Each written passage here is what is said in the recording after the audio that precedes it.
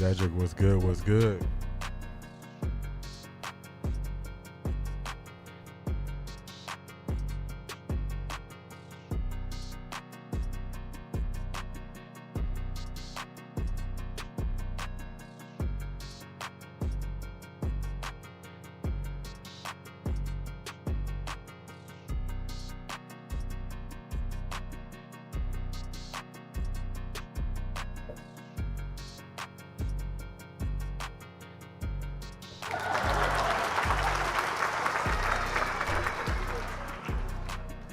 It's time to get this thing going. It's time. Good morning. Happy Wednesday. We're going to put together another great stream, another great show. Switched it up. I got two logos. I rarely wear this hat, but this is my other logo. So say, you know what? Let's switch it up. Let's switch it up the same way Mary Kay switching it up. Let's switch it up the same way everybody who was saying Dillon Gabriel is so much better than Shador is switching up now that they're actually on the field playing. So I said, you know what? They can switch it up. I can switch it up too. So let me turn this down. I know I got my sound good in the background, so that's a plus. How y'all feeling today? How y'all feeling on this Wednesday? How y'all feeling? I've been putting this to work on the back end. Marie, I don't know if Marie's here yet. Marie, she gave me the idea to add my Cash App, add PayPal, so you see it. It's going to be, I always get this backwards. It's going to be over my right shoulder on the screen, but it's to my left in real life. If you want to support the show, you see Offtharecorddee, Cash App, also PayPal. Link is pinned. They're muddy in the water now. You are correct, Zedric. They switching up because now all the things they said about Dillon Gabriel is the one who can back it up. They're so nervous about Dillon Gabriel not being to back it up. They are secretly hoping Shador can't back it up. So now are y'all starting to notice they saying, hey, I don't know if y'all really want to see Shador playing, in this environment. And I'm like, what you mean? Hey, multitasking. Shout out to you. Get that money and tap in. I feel it. I do the same thing, man. I know y'all probably wonder how I'm able to, just see or cover so much content. It's because while I'm working, I got YouTube Premium, so I'm listening to different videos. And for me, I'm really good at if I hear something, I can remember it to find it. So I feel you on that multitasking game because that's how I get a lot of stuff done. I get a lot of stuff done while I'm working, surprisingly. So shout out to you, Judkins. But yeah, they're starting to switch it up. They're saying, look, man, maybe Shador shouldn't play. I even saw something this morning. Now, Albert Breer, we know Albert Breer, he don't say nothing that makes sense. But he came out yesterday and said, oh, maybe this should be a redshirt year. And now their reasoning is because the Browns' offensive line don't look good. Their offensive line doesn't look good. Their offensive line never looked good. But I knew that they would find reasons to blame the offensive line. So maybe how many weeks ago did I say, let's look at all the offensive lines and let's look at all the injury reports and let's see if other teams are facing offensive line problems. I did that because I knew that would be one of the excuses they would use. I knew it. The problem is offensive line play is down across the NFL. So you can't use that as an excuse anymore. It's down because of injury and it's down because of talent. So now you have to scheme them out of offensive line. I'm convinced they can't be giving Albert any information. See, I think the opposite, Zedric. I think the Browns get a kick out of feeding the media incorrect information. That's what I think. I think they get a kick out of it.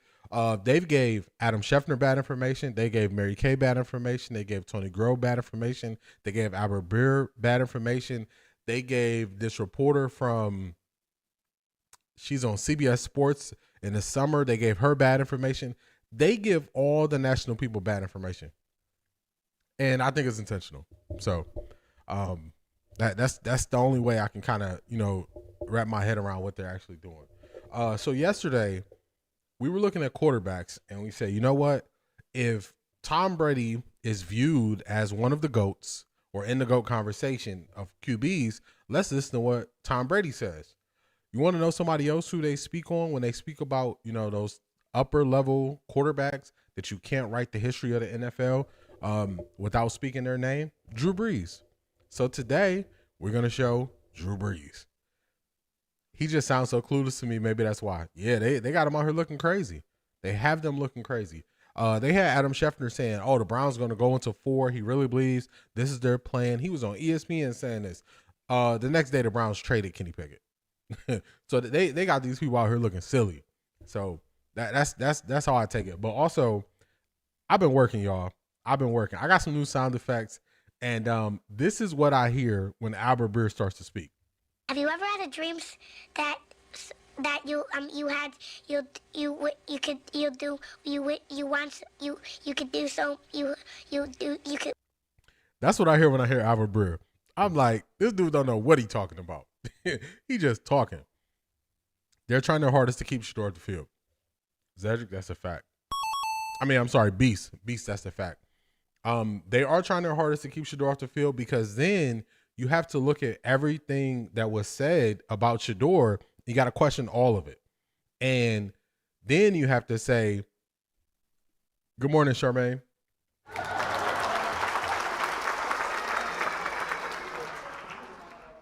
Then you have to question all of it. You have to say, should we believe anything that they are saying?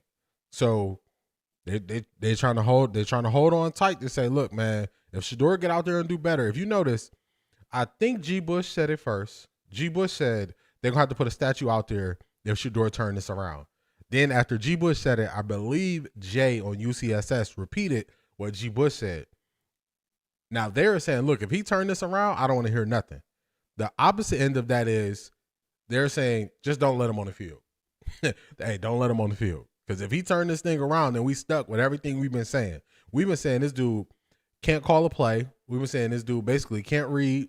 He can't tell you what the play call is. He can't break it down. He can't explain it. All those things. Beast, yes, I did. I watched Shiloh's new video. It's funny to me that people still can't tell them apart. So Shiloh can just go from being Coach Prime to Shador, and people just hype. But actual fans of the family and supporters of the family, they're able to determine the difference. But there's people, man, they can't tell the difference. They like, Shador, what you doing out here? You got a game. It's about to be kickoff. But yeah, I did check that out. 2 funny takeaways for me.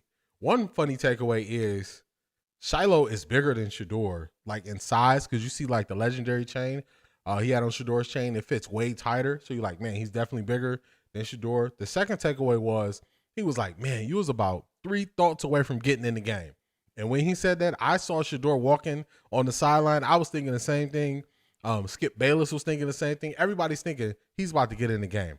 And Kevin Stefanski said, nah, I can't do it. About to get DG whooped on for a full season because you don't want Shador. It's insane. Yeah, it's nasty work. It's nasty work. I looked at some stuff with the Dolphins, as I told y'all I would. So the biggest problem that Dillon Gabriel had was he didn't know where to go with the ball. His feet was bad, and he was confused. And that was because they spent so much time blitzing in zone coverage. Well, guess what? Guess who else blitzes with zone coverage behind it at a very high rate? The Miami Dolphins. Guess what else the Miami Dolphins do? They keep teams off balance. They run motion more than any team in the NFL. That's going to keep the Browns defense a step slower.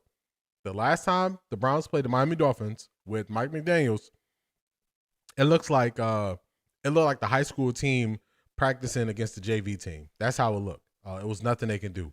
So this is one of those situations. I'm going to read the stats to y'all at the end of the show, but this is one of those situations where people just say the Dolphins are 1-5, the Browns are 1-5, the Browns got a chance to win. And I'm like, nah, you got to look at the football reasons. You got to look at the football reasons. So we're going to get to the football reasons, and we're going to see how he can't read defenses when his dad is a defensive player. That's a fact.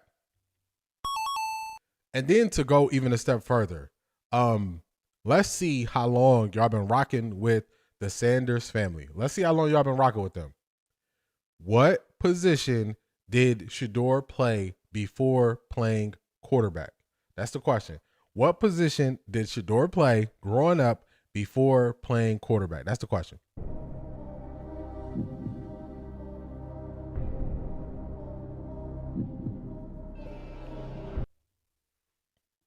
I'm gonna give y'all a second because I know I got a delay, but I'm gonna get to the first video, see if anybody gets the answer, and then I'm going to we're gonna come back and check it out. All right, let's go. Let's get this first video up here.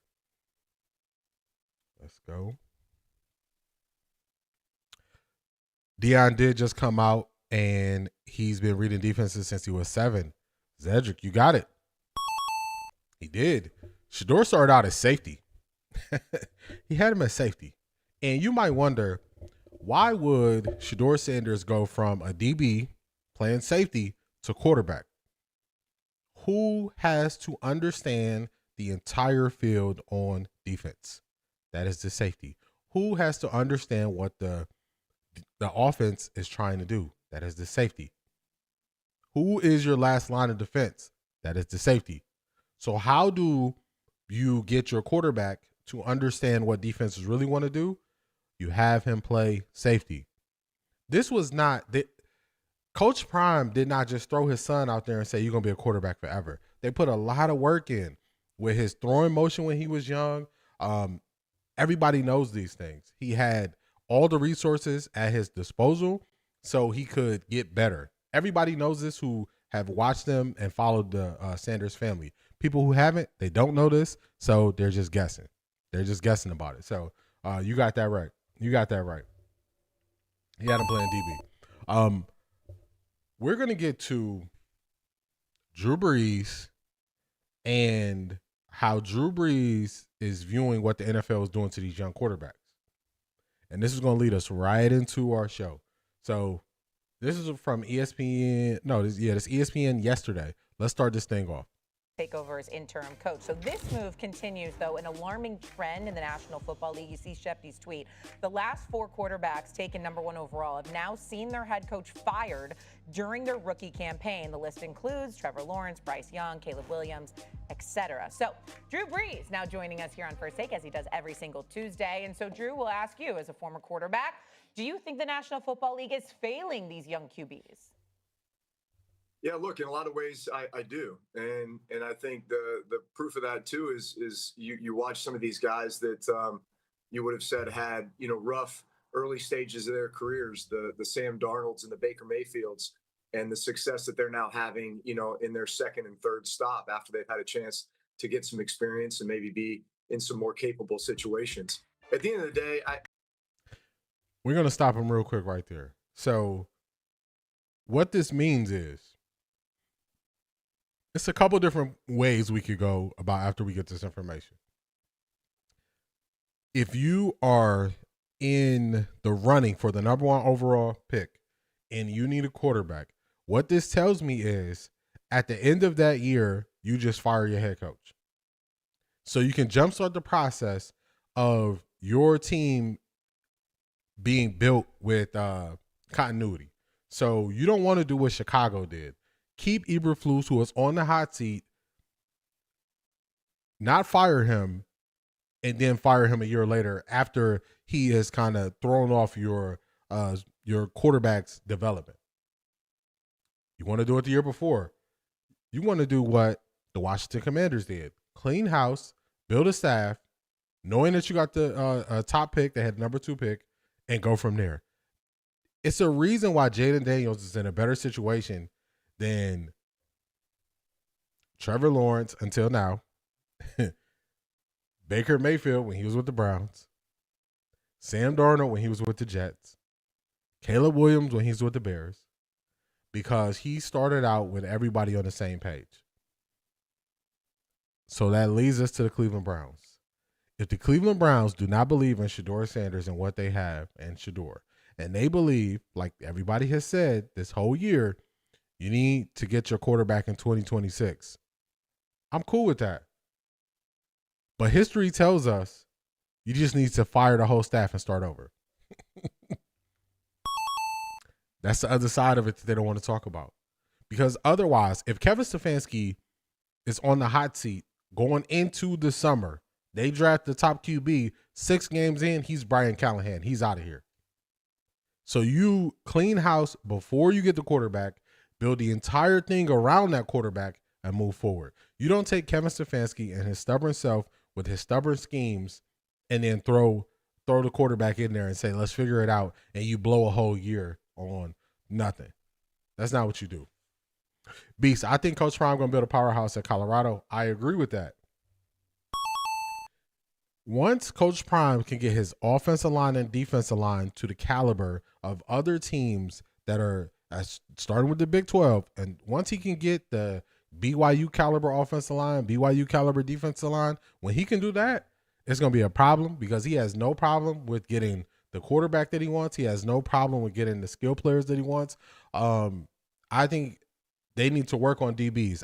The Colorado always have safeties who look really good, but they need to work on the DB. They need to work on the cornerback for Colorado. So that's my critique. Shedeur needs to call his own plays when he get in. I don't trust Kevin. You on to something. Kevin Stefanski's offense is not flexible. His offense is not geared towards the play caller. People have been saying that. His offensive line is good. His defensive line is bad, though. They're definitely better than they've been the last 2 years. I'm not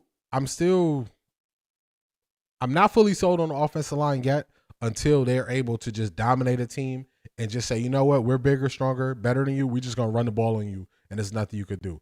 That has happened to Colorado. I want to see Colorado get to a point where they could do that to a team. They can just win the ugly game, and they can rush for 280 yards. Once their offensive line is there, then I'll say that. But that could be also Pat Shurmur with his reluctance to run the ball to that degree. So it could be that. More could be accomplished that way. Don't waste time like they did this summer and start making changes. That's a fact. I agree. Make the changes first. Shedeur Sanders said he been helping Cleveland defense out. Yes. Also, Myles Garrett said, hey, Shedeur's in there early. I come in. I see him. He's talking to the coaches. He's trying to understand defenses. He's trying to get it. So all this stuff they're putting out, none of it was true. This is a credit game. They want credit for Shedeur when he plays so they could try to hold on to their jobs. I've been saying that for a while. I've been saying he is their big joker. He is their trump card. He is what they can just pull out the plastic. And when they say, hey, you got to keep me, look what I did with Shedeur. So that's how they're using him. Let's hear a little bit more of what Drew Brees has to say. I really have kind of developed a formula just based on observation, for a lot of these young quarterbacks in finding success in the NFL. And first and foremost, I think a lot of these guys need about 50 high-level starts before you're going to know what you have in a quarterback. And that includes college and then at their time in the NFL. In other words, Drew Brees.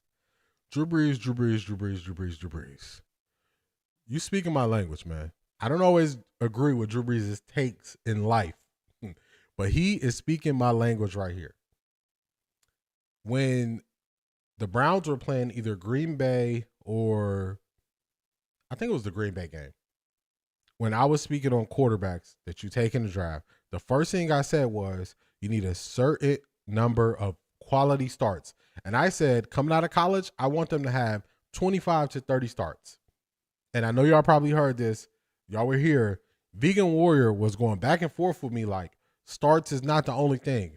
And we went through it for about 10 minutes. And I wanted him to believe that if you don't have a certain number of starts, I'm not even looking at you out of college. I don't want Anthony Richardson out of college with 13 or 12 starts. I want a lot of starts in college, preferably 3 years of starts. Then I can start teaching you how to beat the defense. When you get these projects, when you get the Anthony Richardson, when you get the, why is his name slipping me? The quarterback that's on the Jets right now. He was at Ohio State. He transferred from Georgia. Why is his name slipping me right now? He got drafted by the Bears, and then they kind of got rid of him, traded him to Pittsburgh when they got Caleb. But right before they got Caleb, I can't think of Justin Fields. That's who it is. Justin Fields didn't have a lot of starts. When you look at these guys that don't have a level of starts, they just come in so far behind other quarterbacks. Now, it's one thing to say, What quarterbacks have you called? What quarterbacks have you trained? That's cool. This is an observation thing. And I kept telling Vegan Warrior, hey, it's a reason why I'm saying this. Drew Brees just said it. Drew Brees is saying you can't even grade these guys until they have a certain level, a certain amount of high level starts. So he's combining the college and the NFL, and then you can grade them. So if you get 30 starts in college, and he's saying you can't grade him for 2 years. That's what he's saying. The flip side of this is if you have 60 plus college starts, can we grade you? Can we grade you then? You triggered my trap card. Now, I don't know if y'all heard this before, but there's some quarterback in the NFL playing right now. He's a starter. He started the most games in college football history. Do y'all know who this quarterback is? I'm just curious. Can you help me? Help me. It's slipping my name. Do y'all know the quarterback who has all these records? He played at 3 different colleges. He was in college like 17 years. He played for a team in Florida. I think he went to Oklahoma. He might have finished his career at Oregon. Y'all heard of this quarterback before? Oh, Dillon Gabriel. So how fast do we identify if Dillon Gabriel actually knows what he's doing? According to Drew Brees, he only got a couple more starts before we know what he is and what he isn't. Hey, that's what Drew Brees is saying.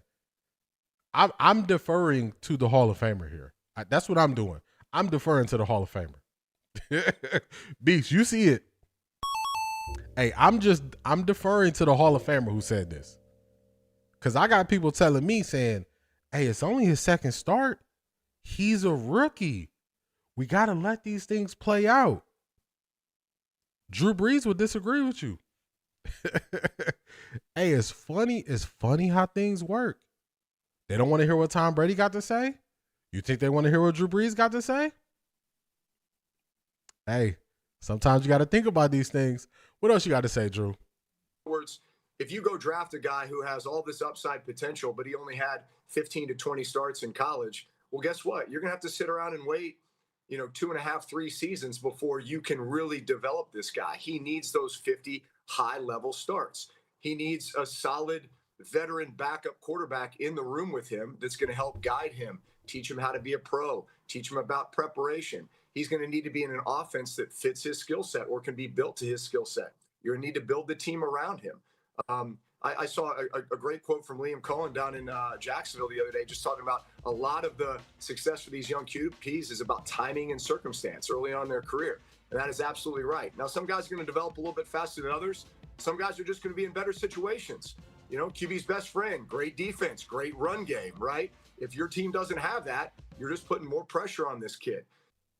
Man, the longer you listen to Drew Brees, you hear him say some things. Great defense. Great run game. I wonder what team has a couple of those qualities that just aren't having success. Do y'all know of a team that's like that? I mean, I probably could think of one. I'm not saying they based out of Cleveland. I'm not saying they just closed a deal for their new dome. Why isn't the Browns having success? Anthony Richardson on the opposite side of that. That is a fact. Anthony Richardson,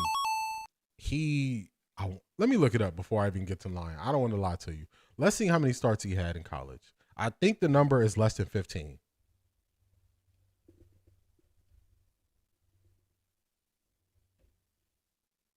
Anthony Richardson had 13 starts in college. He had 13 starts. This is why I push back on people trying to rush these guys into the NFL. He did not start enough games in college. He still can't understand and read defenses. I hope when Shedeur play, he don't do the drifting back. As long as he don't do that, he good. I agree with you. That is the thing that they need to clean up. I even thought I was like, okay, how could they clean this up? He played 12 or 13, I believe. You got it correct. He played 13. I think what they could have done was this is what I would do. I would have Shador, every play that he ran while he was doing scout team, I would have him like at the 5-yard line. Anytime he drifted into the touchdown from the 5-yard line, we would blow the whistle dead. We would start the play over. Or I would start him at the 7. I would start him at the 7-yard line because then he can drop back and do a full 5 or 7-step drop. I would start him at the 7-yard line. Anytime he ended up in the end zone, we would blow the play dead. He would start over because I want him to understand that you have to climb up in the pocket. Climb up in the pocket while still seeing the field. I would start the play over. I would do that so many times. When you play football and you are making a leveraged decision, everything is what your natural instincts say. That's what everything is. Everything kicks in based on your natural instincts. So if you had 2 years of drifting back in college trying to make a play because the offensive line was bad, waiting for your receivers to get open, it's going to take almost that or 2 times that amount of snaps at another level for you to stop that. So I was thinking of like, how could they get him from drifting back? So all people say is, oh, he drifts back, but they don't think that next level. What can we do to stop it? Because you got a great thing right here. Kevin not meticulous enough to do that. Think that's how the penalties happen. I agree. Another thing is, it's no repercussions for penalties. So what I would do is I would go straight old school. If you commit a penalty, you coming right out for the next play. I don't care who you are. If you are the quarterback, if you are the left tackle, you commit a penalty, you are coming out the game for the next play.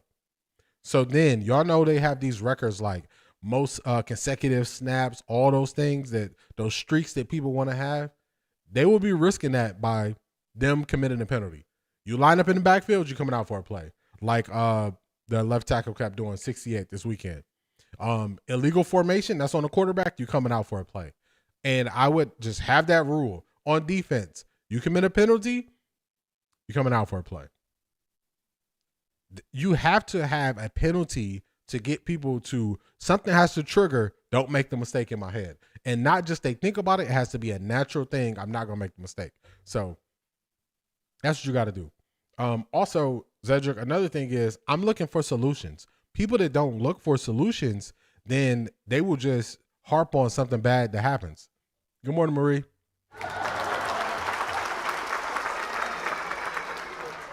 Growing up, my dad always told me, I'm going to tell y'all a funny story about me. Let me tell y'all a funny story real quick. So I used to be the kid that I cannot stand to lose. Can't stand to lose. And if you remember, like in the 90s, everybody talk about Incredible Hulk. I would be like Incredible Hulk, man. I would lose at something, man. I would be fuming. I would be so mad. And you know what my dad started telling me? He said, don't get mad. He said, he will always say, find a way to win. He will always say, find a way to win. There's going to be people bigger, stronger, faster than you. You have to find a way to win. So that's with me today. So I'm always looking for a solution. The way you win in the NFL is you have to have a solution. So if y'all notice, y'all hear everybody talk about sports. It's not that often that people will actually try to find a solution for how to win. So when I play stuff for y'all and it's people, oh, shout out to you, Marie. It did came across. See, Marie, it was on you. It was on you and Charmaine. I said I'm going to get it done. So I did get it done yesterday. And I stayed up late. I added some new sound effects. You know, you just need that additional push. So I definitely appreciate that. Shout out to you for that. Let me see. I got a couple things for you. So I work on some new sound effects. This is the first one. For Marie sending the first super chat, I got something for you. I got 2 things for you. That's the first one. This is the second one.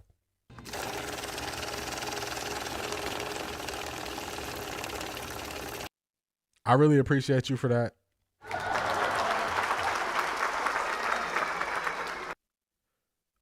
When you're in this content creation game, there are going to be different times where people are going to push you and you have to be flexible. If y'all notice, I was just talking about being flexible yesterday. At the end of the show, Marie said, tag your Cash App, put your Cash App there. I said I was going to do it. I was flexible. I didn't fight. I didn't argue. She was thinking outside the box more so than I was at that moment. I was just thinking about the content. And you got to be flexible because that's how good things happen. So, again, shout out to you, Marie.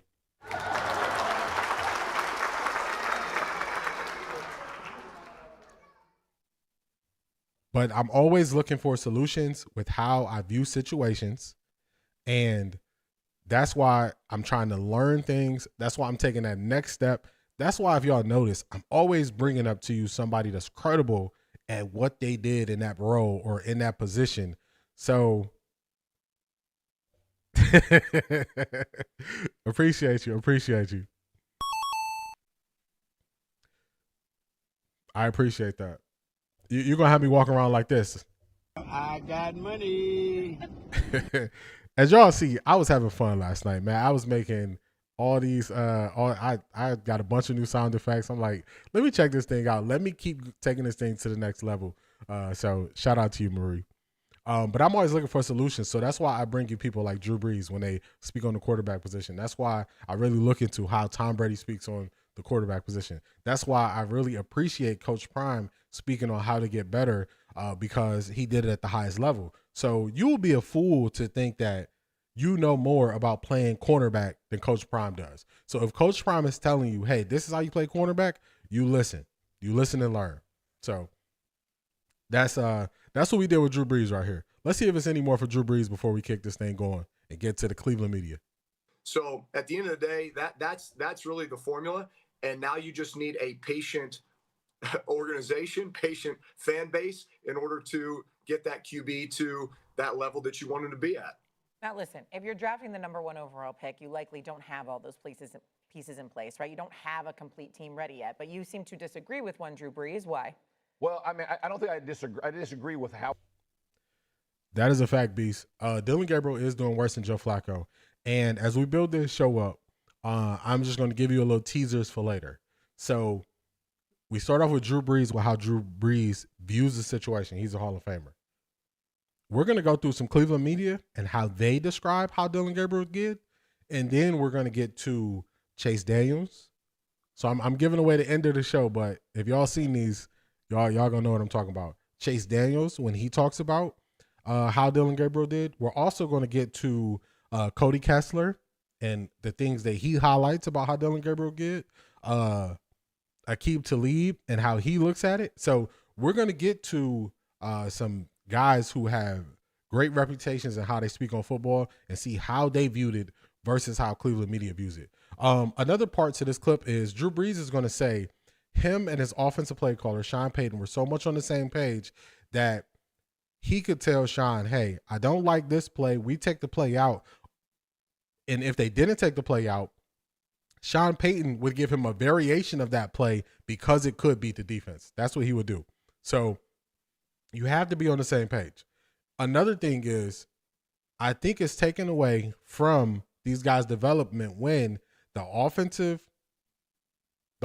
is a scary movie. That's a fact. BF from Ohio, we watched yesterday's All-22 with only the 12 plays where he threw the ball more than 10 yards. It was bad. So I got to agree with you there. But he's going to talk about how you got to be on the same page with the offensive play caller. And also the offensive coordinator should be on the sideline. That is a change that the Atlanta Falcons made. When the Atlanta Falcons lost 30-0 to the Carolina Panthers, they made two changes. They fired their wide receivers coach, Ike Hilliard. I don't know why Chad O'Shea, the Browns wide receiver coach, isn't fired. Also, they took the offensive coordinator from in the booth. They brought him down to the field. So when your offensive coordinator is in the booth, you are speaking on him like 30, 40 seconds at a time in between possessions. When your offensive play caller is right there on the sideline with you, like Pat Shermer was in Colorado, y'all go over the plays right there. Y'all on the iPad, y'all going over the plays. Hey, what did you see here? This is what I was thinking they would do, and this is what happened. So with the Browns, you have Kevin Stefanski calling the plays. He never can go to the sideline and really spend time with the quarterback. You have the OC is in the booth who is not calling plays when he should be breaking it down on the sidelines with the quarterback. You have the quarterback coach is the one who I always see going by the quarterbacks in this system. So it's multiple failure points because you're playing telephone just to get the information to the quarterback. When if the OC was on the sideline, you eliminate all those steps. So it's some process ways that they do things that just it set things backwards. Shout out to you, Charmaine.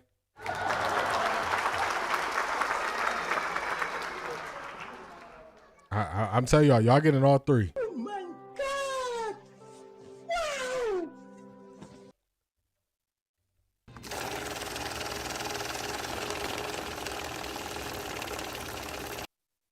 I appreciate that, Charmaine. I got to be looking at my phone too while we going. So actually, let me put this on the stand right here. Always stay ready so I can see when I get the notification. So shout out to you, Charmaine.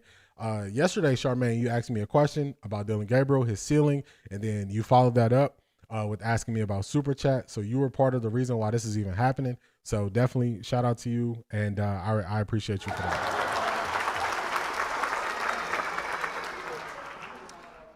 Do you think Kevin wants play calling because he wants to avoid doing the little things like that on game days? I don't know if he wants to avoid that. I think that is where he feels the most comfortable. I think he feels the most comfortable standing at the sideline, calling the plays. The problem is he's not effective at it. That's the problem. You know, like everybody has worked a job somewhere where a person wanted a position, they just wasn't good at it. And eventually somebody just pulled the plug and said, hey, we can't put that person right there. That is where everything falls apart. We got to move them and they got to do something else. They have to take a different responsibility.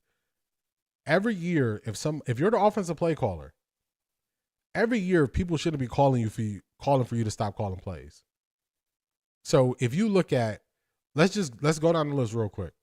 When do y'all hear people say to Sean McVay, stop calling plays?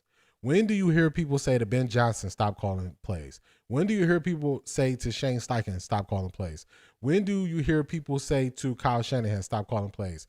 Andy Reid, stop calling plays? When do you hear these people who actually know what they're doing, when do they say stop calling plays? When, even on the defensive side, when do you hear people say, Brian Flores, stop calling the defense? When do you hear that happen? So if every single year people are questioning the plays you're calling and how you're setting things up, that means you're not doing something good. That's what that means. It doesn't happen everywhere. So it's definitely a comfort thing. It's where he feels comfortable. It's almost like, so if you have kids, y'all notice sometimes kids have a blanket. They call it a binky. They got a binky and they can't live without that thing. If you go in the car, they got to have a binky. If they going to sleep, they got to have a binky. That is their comfort. Kevin Stefanski got to have a play sheet and got to call plays. That's where he feels the most comfortable. That's just what it is. So it doesn't matter if he's effective at it. That's where he feels the most comfortable at. So that's what he's doing. Let's keep this thing moving forward. Who we got next? Let me kill this. Keep it organized. Rung true. Starting first. So I told y'all yesterday that we're going to look at today what the Steelers wanted to do. Notice they took away Callahan's play call in 2 weeks before they fire him. Yep. They said, hey, you were supposed to be an offensive guru. You were supposed to be the one who worked with Joe Burrow, who got Joe Burrow up to speed. Some of these coaches get too much credit for just being next to greatness and not actually being part of that greatness. So they're saying, hey, we're going to get something of what Cincinnati is doing. Nah, no, you're not. Because Cincinnati went out on a limb and drafted Jamar Chase when they should have upgraded the offensive line. They got T. Higgins. Cincinnati is really good at hitting on receivers. So you can't go do what they did. So he can't even bring the same style of offense here to Tennessee. Can't do it. Also, Cam Ward and Joe Burrow are not the same style players. So that's not even going to mesh well as a system. So that's where if you drafted the number 1 overall pick, you just fired a coach before, bring in a new coach and a whole new staff and set it up and move forward with it. So that's how you do it. I said we're going to look at what Mike Tomlin wanted to take away from the Browns. So I always ask y'all, what is Kevin Stefanski attacking and what are they trying to take away? I always say that when it comes to the Browns, we never know. Nobody ever sees it. Everybody watches film. Nobody knows what he is trying to attack. We don't know if it's a cornerback he wants to attack. We don't know if it's a spot on the field he wants to attack. We don't know if there's a linebacker he wants to attack. We never know these things. Other teams have things that they want to attack. and things they want to take away. This is Mike Tomlin on what they wanted to take away from the Cleveland Browns. First, with our defense, we felt like minimizing their run game was a major component to the game being played on our terms. Last week, we talked about not only the new featured runner, but also Teller, Batonio, and Palcic, their veteran interior group, and we just thought that was the nuts and bolts of the group. And so we challenged our guys in a big way to stand up versus those three interior veteran guys. Those guys, coupled with the runner, I thought was a major component of us having the type of day we needed to have. We did what we needed to do in that area, and so it produced opportunities in other areas. They end up, dropping back and throwing the ball, I think, 50-plus times. And when you do that, man, and you got a good rush group in some one-dimensional circumstances, you have an opportunity to have the type of day that we had. Certainly, it could have been better. We left some turnovers out there. We had the ball in our hands a couple of times, and we usually secure those, particularly if someone's dropping back and throwing that many times against us under the level of duress that we were able to create. Generally, turnovers come with that. So there you go. He just laid out for you everything they wanted to do. They successfully did. They wanted to take away the run game. They wanted to attack the interior of the offensive line. And they wanted you to drop back the pass, and they knew mistakes would follow. They accomplished everything. So if they had a board where they were just ticking off everything, the only thing they didn't do was they dropped 4 interceptions. That's the only thing they did. If they would have caught those interceptions, they would have ticked off every box that they had going into the game of what they wanted to accomplish. That is what good coaches do. It's time for Kevin Stefanski to go. He's probably been sabotaging players' careers for years, but since Shedeur is here, it is being exposed on a higher level. You're on to something there, Marie. So I'm going to do a rewind. I'll probably do it right before the game. It's going to break down some stuff that Kevin Stefanski does. He did it last year. Once Deshaun Watson got hurt, he gave up play calling. He like, hey, Ken Dorsey, you going to call plays. I'm not going to call plays for Jameis. Jameis said he only came to the Cleveland Browns to run Kevin Stefanski's offense because he thought he can excel in it. And then Kevin Stefanski gave up play calling. He like, nope, it's on you, everything. So he has some ways about him that don't put him in the most positive light. Also, you rarely hear players speak highly of Kevin Stefanski. Excuse me. He's been in Minnesota. He's been in Cleveland for all these years. Where are the players? Good morning, Ms. Brown. Where are the players who come out and speak positively for Kevin Stefanski? You can't find them nowhere. So you never hear Kevin talk like that, even in wins. That's crazy. That's a fact. He's missing something. I don't feel bad for Pittsburgh. He just mad Flacco going to give him a game on Thursday. I didn't like the shot at AB. Everybody wants the easy win. I understand it, but I can see why he felt that way. Like, bro, you making me work harder. We supposed to run away with this division, and you gonna try to help him? He want that easy dub. A win is a win. That's how he looking at it. Why do you think they won't trade Shedeur? Because he's their get out of jail free card. The only thing that can save Kevin Stefanski and Andrew Berry, because I believe it's both of them. The only thing that can save them is if somehow Shedeur turns into a star and they can try to take credit for it. It's the only thing. Otherwise, I called this before the season, they're going to be fired. So that's the only thing they got. He is their saving grace. He is their trump card. He is their get out of jail free card. Now they can pass go. Now they can collect $200 if they was playing Boardwalk or if they were playing Monopoly. So he might talk about it soon. Zedric, that's funny. I saw that former player. I saw it on X where he was talking about Kevin Stefanski did not treat him like a human being. So I did see that. I think his last name is Badet, Jeff Badet, something like that. I remember his logo. He had the Haitian flag, Sapase. So if he sees this, shout out to him. Let's see what we got next. Let's keep it going. Andrew did not believe in Dillon. Ms. Brown, I said that 2 days after that draft weekend ended. I was streaming that whole weekend. I was tired, and I was really trying to wrap my head around what happened, how the Browns ended up with Shador. And I was like, he didn't believe in Dillon. And he said, look, you got your quarterback, I got my quarterback. So I was saying that ever since the draft happened. Let's keep it going forward. What we got next on the docket? All right, so this is John Greco. Now, we saw what Mike Tomlin wanted to do to the Browns. Now we're going to look at how people in the Cleveland media responded to what we see as success from the Pittsburgh Steelers. Let's listen to John Greco. I'm going to speed them up a little bit. I have a long list of things that kind of bother me, but I have to say that the huge number of pass attempts really bothered me. And, you know, there's so many different ways to dissect why they might have done it, why it was the best option at the time, why they couldn't run the ball. But, you know, your best offensive player right now is a running back. And you pass the ball that many times with your, third and fourth string tackles right now, and there's more injuries. And, you know, Dillon Gabriel had 2.5 seconds to throw the ball on 80% of those throws, I would have to guess.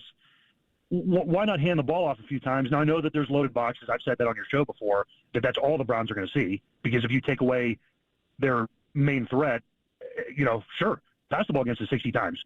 I'd sign up for that if I was a defender or a defensive coach going against the Browns.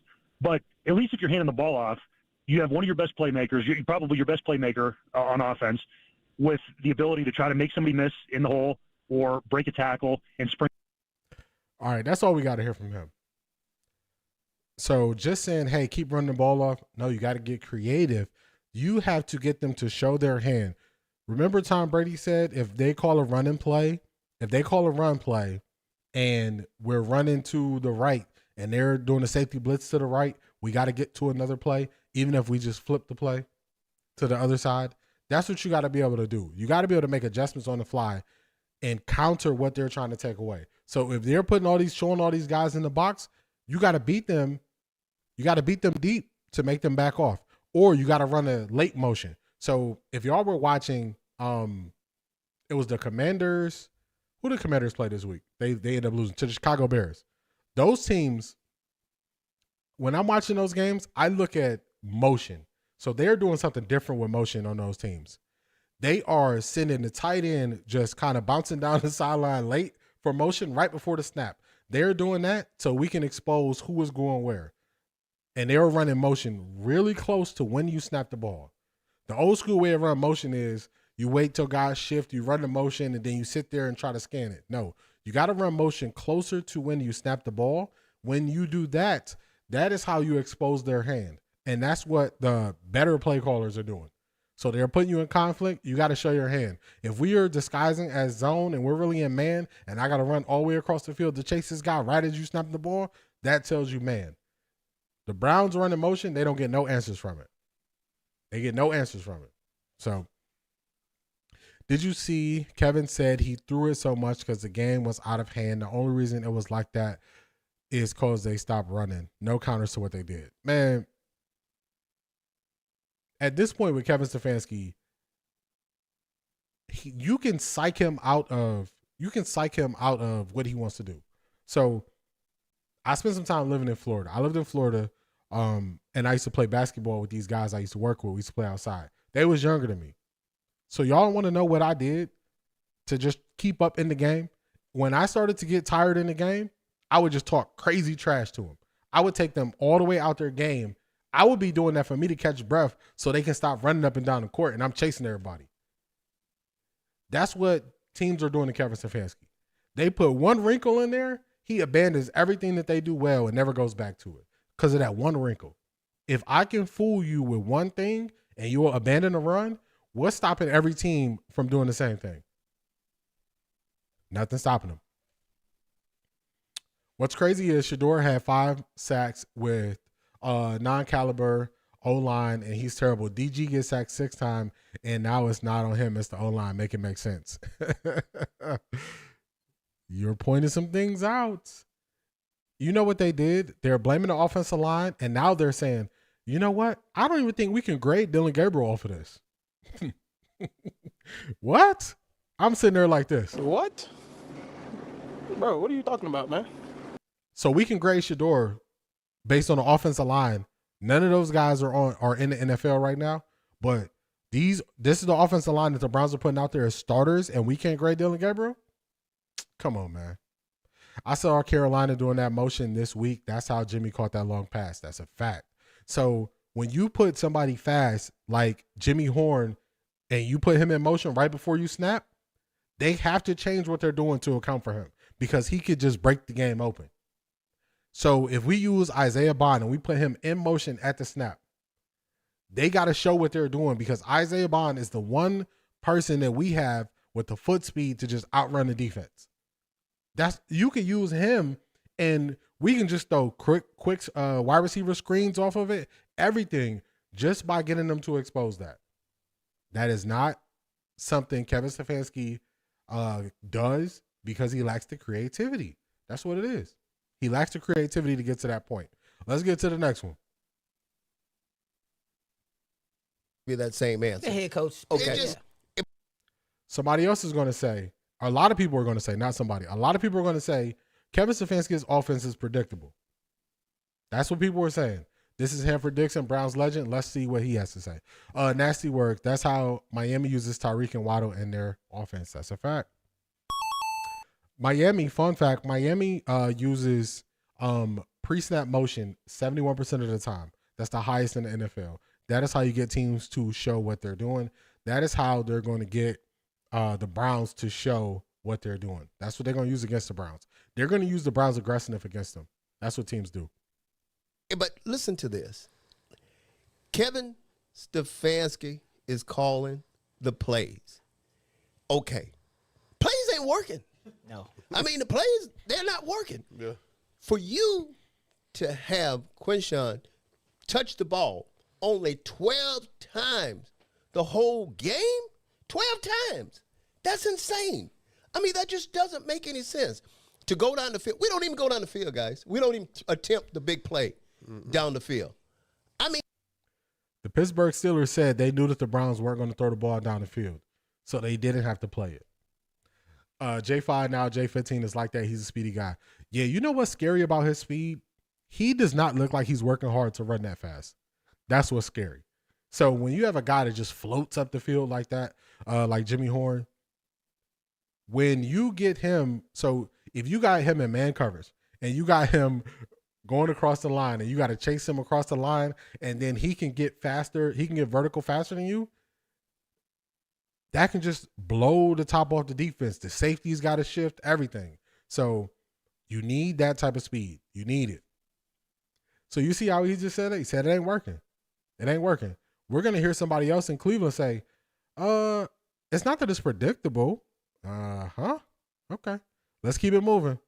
There's some core problems here. They're inside. Those guys inside are not getting the movement they once did. Those guys aren't the you-know-what kickers they once were. They're blocking well, but they're not moving people backwards. The tackle situation is a mess. Those guys are not run blocking very well, and obviously they're pass blocking terribly, which is affecting, getting people out because they have to chip. Obviously the receivers can't catch the ball, so it's the run game is inconsistent. So what you're getting, and then when all that goes well, the quarterback misses. So one thing's happening after another. But for me, everything always starts up front. And to evaluate these quarterbacks, everybody wants to see how they're going to do. I'm not sure you're going to be able to do that until they can shore up a little bit what they're, the only thing they can do right now is they can continue to pound that run game, because offensive linemen, you can work on the run game. Because if you don't have any run game and these guys get to pin their ears back, this offensive line can't hold up right now. This goes directly into Marie's point. They crushed Shador Sanders for the preseason game. And now they're saying, I don't even know if we really can gauge what these rookie quarterbacks are. Come on, man. We ain't falling for it. Y'all use that game versus the Rams for Shador as the reason to say this is why he fell to the 5th round. Y'all use Kevin Stefanski not being able to beat cover one in the preseason as the reason why he fell to the 5th round. Now, Dillon Gabriel is out here struggling like crazy. And what y'all are telling me is, man, the tackle's so bad, running ball so everything is bad. We can't even gauge Dillon Gabriel. You know why that's not going to work? What did Drew Brees say? I played that Drew Brees clip first. How many starts did he say you need to gauge these guys? He said 50 to 60 high-level starts, college, NFL. Dillon Gabriel, he passed that number in college. High level, that's what they tell us, right? When they want to knock Shedeur, they say, Dillon Gabriel, he played against real competition. That's what they tell us, right? Real competition. Now we can't judge him. Now, this is Lance Reisling. He used to be a coach. Drew Brees is saying, this is when you can grade and see what they are. What we are seeing is, we are seeing a magnifying glass on all of Dillon's limitations. That's what we are seeing. That's all it is. His arm talent is not there. It's not close compared to Shedeur. Yeah, if you running 5 and 7 yard routes, he throws a spiral. Whoop-de-doo. The defense can't catch it. Offense can't catch it. Nobody can catch it. So whoop-de-doo. It's not it. It's not it. They are trying to rewrite the narratives as they're happening. They did use that preseason film to overly criticize him. And from the very beginning, one of the first things I said about that preseason film was pressures. I said pressures is the issue. People said I was making excuses. I was caping for Shedeur. What did y'all hear all this week? Man, Dillon Gabriel, he pressures so much. He pressures so much. So you know how I take it? Even though I understand that pressures impact what you're doing, y'all didn't give Shedeur that grace. So I'm not going to be the one that just jumps outside and give Dillon that grace. I'm just going to grade Dillon Gabriel for what he is. That's what I'm going to do. Kevin sabotaged Shedeur in that Rams game to make Dillon look better than Shedeur. I can't argue with you, Beast. I can't argue with that. I can't argue with that because Kevin Stefanski, they were running a basic cover one. They ran cover one robber. That's where the safety comes down and covers the middle, and they will blitz the linebacker. Or they ran cover one where the middle linebacker would show blitz and then drop off into the middle of the field man and ran man across the board. That is the same defense that the Browns are struggling with now. He had no answers for it. The easy answer he could have got to was going into 11 personnel and going in the shotgun. He refused to do it.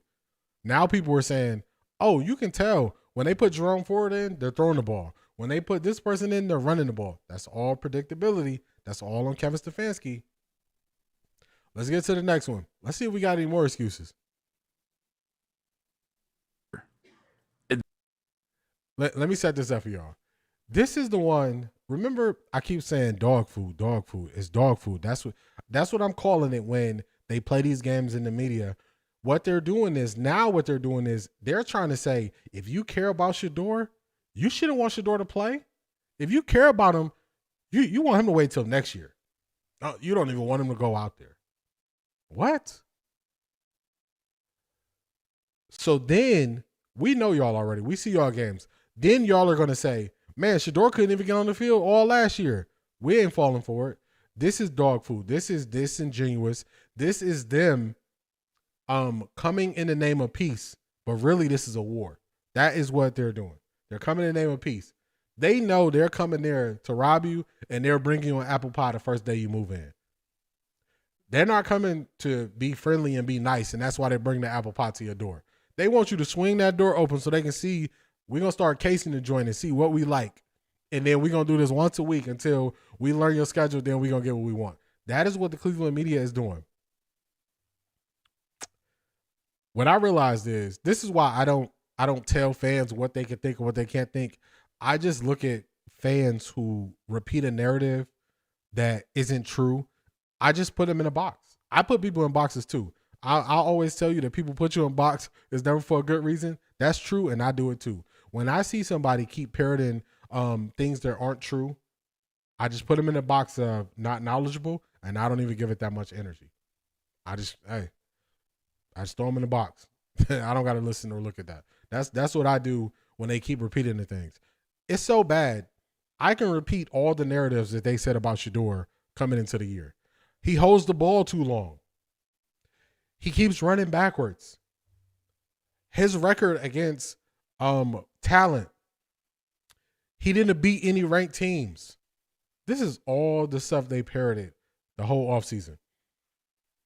His energy, he threw his team under the bus. When they played with Nebraska, he threw his offensive line under the bus. This is all the stuff they said. None of that stuff was true. You go back, you watch the film, you watch the entire press conference after the Nebraska game. He's not saying that. They asked him a question about Raiola and his ability to run the ball, and that's why their offense was more fluid. That's what it was. So when people start parroting those things, sometimes I'll push back and I'll ask them a question. When people say, who did Shedeur beat in college? I'll just say, okay, well, who did Josh Allen beat in college? Who did Patrick Mahomes beat in college? They don't want to have a conversation no more. So sometimes I spare them. Sometimes, I'll joke with them a little bit, but then I'll just hit them with, okay, we're going to shut this up. What I tell y'all, my dad used to say, we're going to nip this in the bud. We're going to nip this in the bud quick. Harris Room Sports, shout out to you. You're my guy, but I had to use you an example in this situation.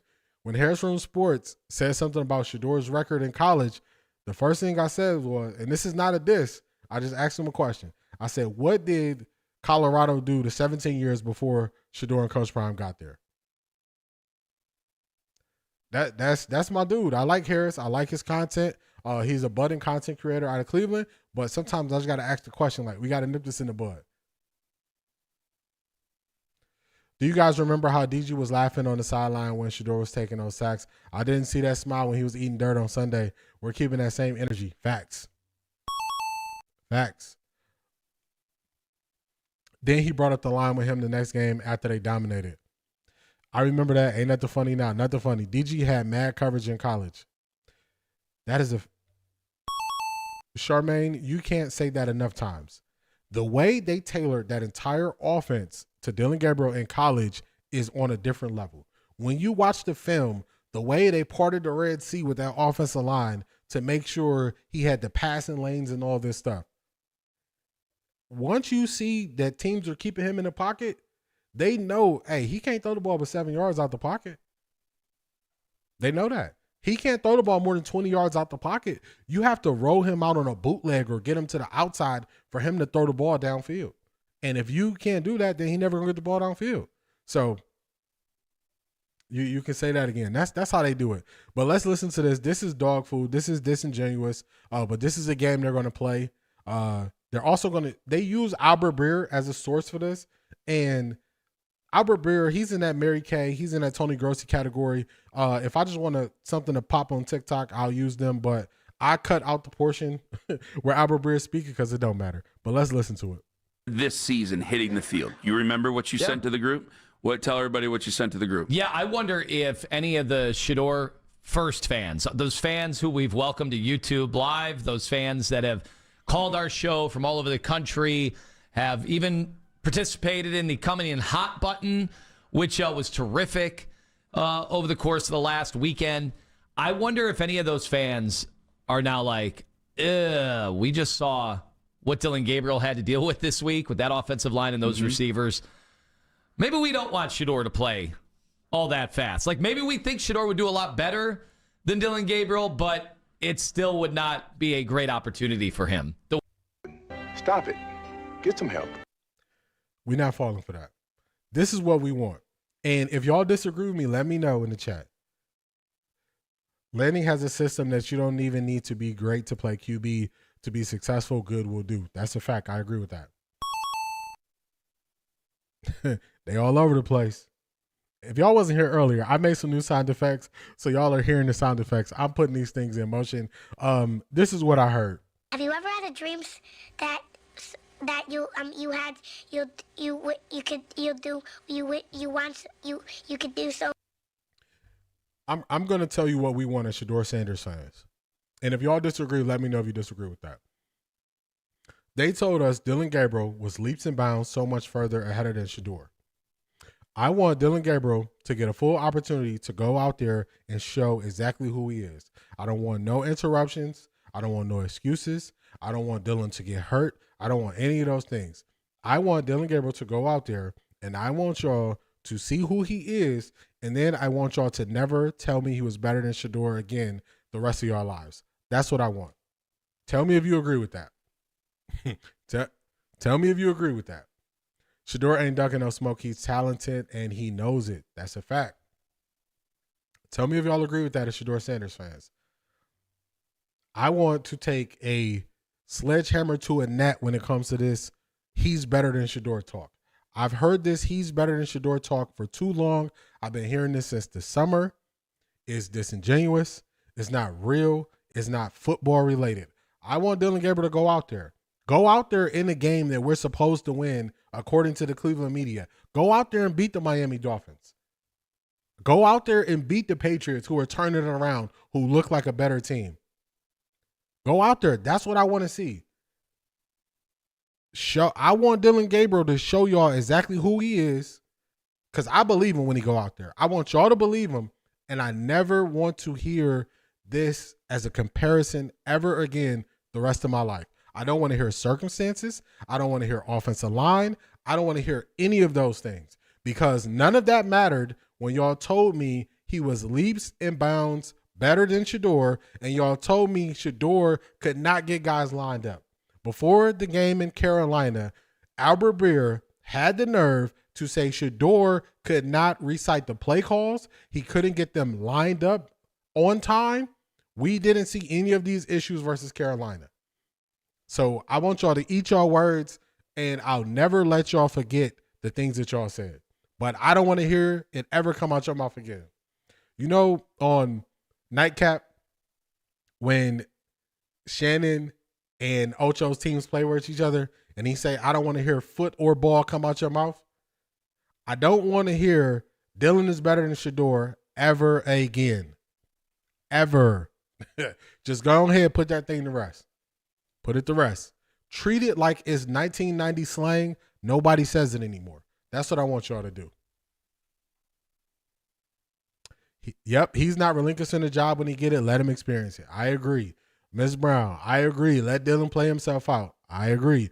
Dillon Gabriel might get booed if he do bad at home game Sunday. You might hear some put Shedeur in chants. That is a fact. They were chanting to put Shedeur in Pittsburgh. So you think you're not going to hear that at home? Let this thing play out. We're not letting y'all slide away with the stuff y'all said. We heard it. We remember. We have long memories on this side. We're not just out here speaking out the side of our mouth. Let him get what he's supposed to get. I don't want Dillon Gabriel hurt. Hey, I want you to get back up. Throw the ball 78 times when we play this week because they got you scared to call a run play. Live with it. What you going to do when the team actually catches the passes that you throw to the wrong team? Live with it. That's what it's going to be. We're not letting y'all wiggle out of this. We're not letting y'all do it because we heard it for too long, and they start calling Shedeur fans names. They start trying to play games to get views from you, to get you to respond in the YouTube chat. They try to do all those things to use people for views. They talk about Shedeur every single day. These Cleveland shows, do y'all know that 92.3 The Fan, they were not on YouTube like that? They put this thing on YouTube Live, and they keep saying Shedeur's name for views and clicks. 92 The Fan, this show right here that's on the screen, was not on YouTube. It was on the Odyssey app. Their afternoon drive show was on the Odyssey app. These shows were not even on YouTube. So let it be. Let it be what it's going to be. The competitor ain't competing. I'd rather be entertained. Jim. And you got the name too. Gemini for the win. Let's go. Gemini for the win. I'm going to do you. I got to give you something better for that one.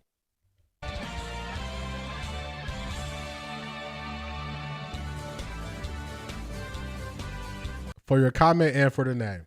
There will be something by the second quarter, competing himself out the position. That's a fact. Them old Browns fans would have showed out by now. That's a fact. They're not putting up with this. I showed y'all Hanford Dixon, who used to play for the Browns.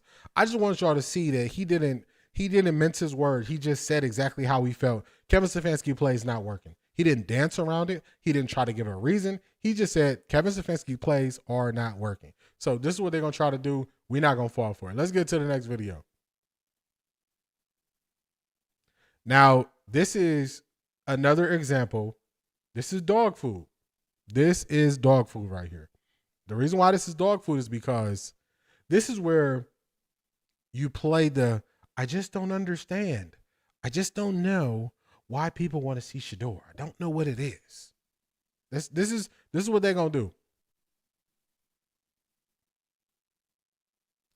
Y'all remember that picture of all the QBs except Flacco looking shook? I think that's what led to the comments by DG. Hey, he said what he said. He said two things that could have been subliminal shots at Shedeur. So let him enjoy his perfect timing of him actually playing right now. Point blank. Yeah. I mean, I don't. You think he's being treated unfairly? I don't necessarily think he's being treated unfairly. I mean, listen, I don't know what he's. Go ahead. Go ahead. No, you go. No, I was just gonna say. I mean, he's a 5th round pick. He was, lower on the depth chart for a variety of reasons. And this thing will play itself out. Why are we so impatient? I mean, I get it. The Browns have stunk, and the offense is really, really bad. But man, if we put Shedeur Sanders out there, and it goes like horrendously, then there's no hope in the kid. It's like I'd rather just hold off that hope and let him continue to develop until the right time, and then, when you get him in there and it is the right time. Yeah, I want things to go well for the young man. I've made it clear. I agree with you. I've made it clear for the last couple of weeks that I have lost faith in Stefanski, and I think at the end of the season, unless he does something to dramatically change my mind over the last 10 weeks, I would probably move on. I would definitely move on from him again, unless there's a massive change. That being said, the idea that Kevin Stefanski would purposely sabotage Shedeur Sanders doesn't make any sense. Anything's possible. I'll say that I guess there's a 1% chance there's some reason he would do it. I don't know. It rationally makes no sense. So, yeah. Right now, Dillon Gabriel's out there not looking good. He's getting his ass kicked. Now, I think it's fair to see Dillon Gabriel get a shot against some teams that aren't as good, right? They're playing the Dolphins.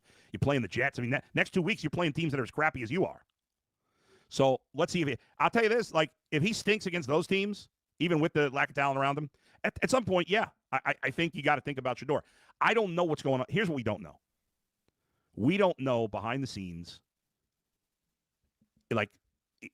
from watching Shedeur Sanders in practice or whatever, what he's doing in the meeting rooms, the film room. I don't know. Is he? All right, so this is what I mean. So first off, you don't know the reason, then you give reasons. Then you say you don't trust Stefanski, but then in the same breath you say you don't know what he's doing, or you don't know what he's doing behind the scenes. This is how you dance all over the subject. If you just call stuff what it is, you're not trying to find words in this way. Because how can you say they're just so bad and then say you trust how they view it and the position that they're putting him in? How do all of those things match? Let's do this. Let's use Dillon Gabriel as a test study, because they act like they don't know words or they don't know what's happening in real life when they speak about Shedeur. Of course, a black man in America would never be considered or treated unfairly. That's a fact. Charmaine, you heard it develop? I wouldn't expect them to understand sabotage. That's a fact. What if he lose to the Jets? You asking the right questions, Beast. That's the right question. That's why I said the next 2 games. They got the Dolphins and they got the Patriots. What happens if Dillon loses the next 2 games? Let's look at it this way. If Dillon Gabriel is Kevin Stefanski's guy, do you think they set up Dillon Gabriel for success by hyping him up so much,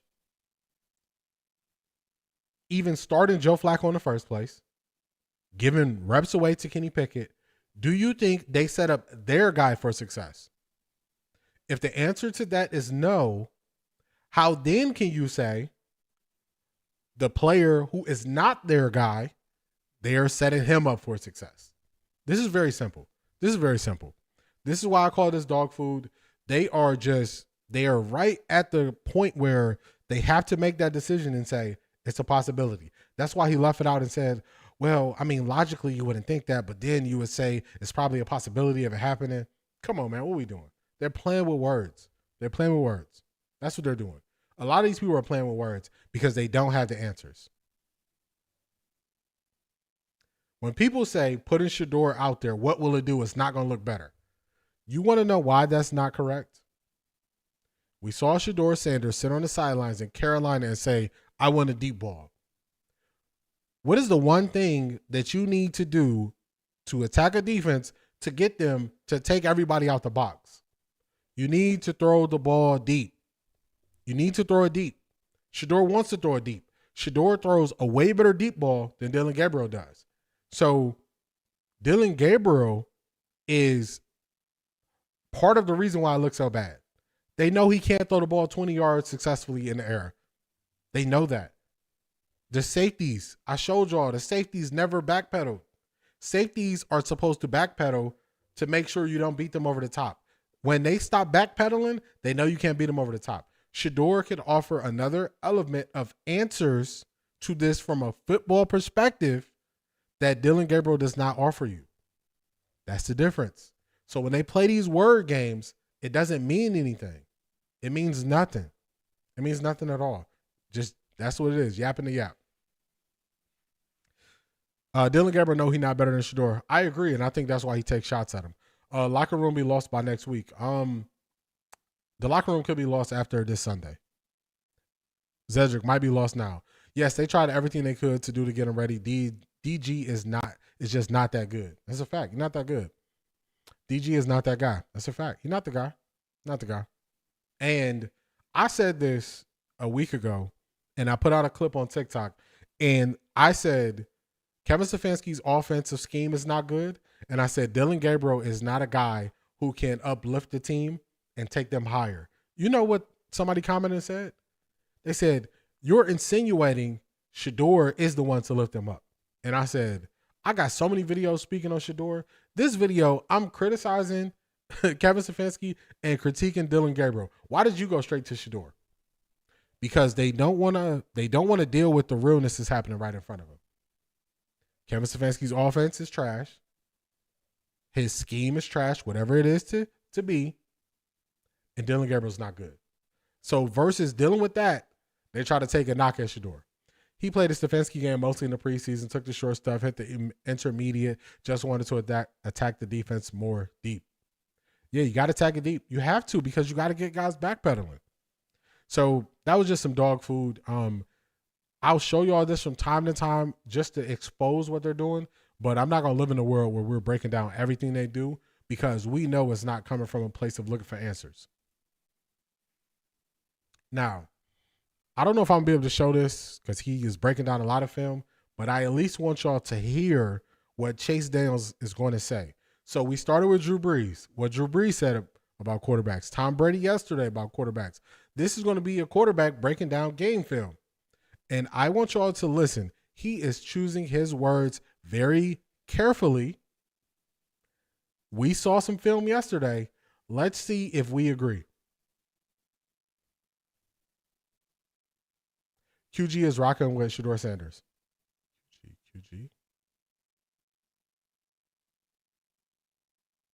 Oh, Quinshon Judkins. Okay, I had to figure it out. I had a slow moment. My bad. We on the same page. I think so too.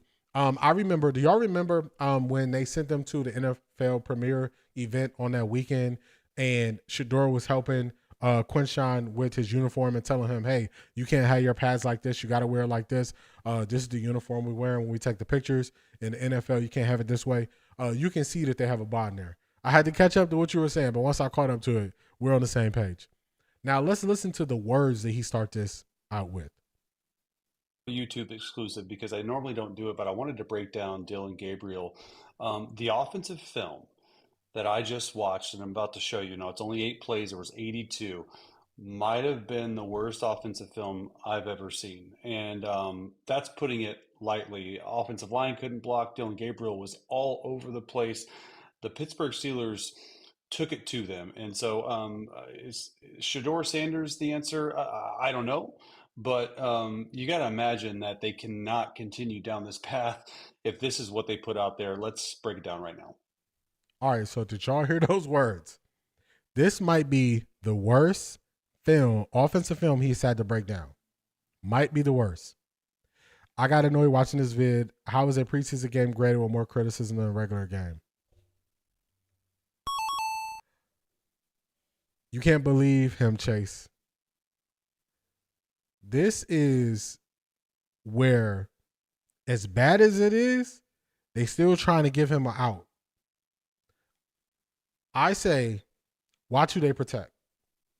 Do y'all remember when Dillon Gabriel threw the pick six and he had to fumble versus the Philadelphia Eagles in a preseason game, and everybody trotted out there the next day and said, besides the turnovers, he was good. And I said, look at who they defend. That's what I always said. Look at who they defend. He is still defending Dillon Gabriel. We heard what you said. You said this is the worst offensive film you've had to break down. You said the offensive line wasn't good. You don't know what Dillon Gabriel was doing. And you still defend Dillon Gabriel. How can you do that? We watched it. We watched it. We watched him throwing medicine balls to everybody. There you go, Zedric. It was Dan Orlovsky. He got on ESPN the next day and said he's still good. What else did Dan Orlovsky do? Dan Orlovsky was the loudest one who was saying Arch Manning was generational. I watched Arch Manning. The first thing I said was his footwork was trash. His mechanics were trash. His fundamentals of a quarterback are bad. That's the first thing I said. And everybody went to defend him.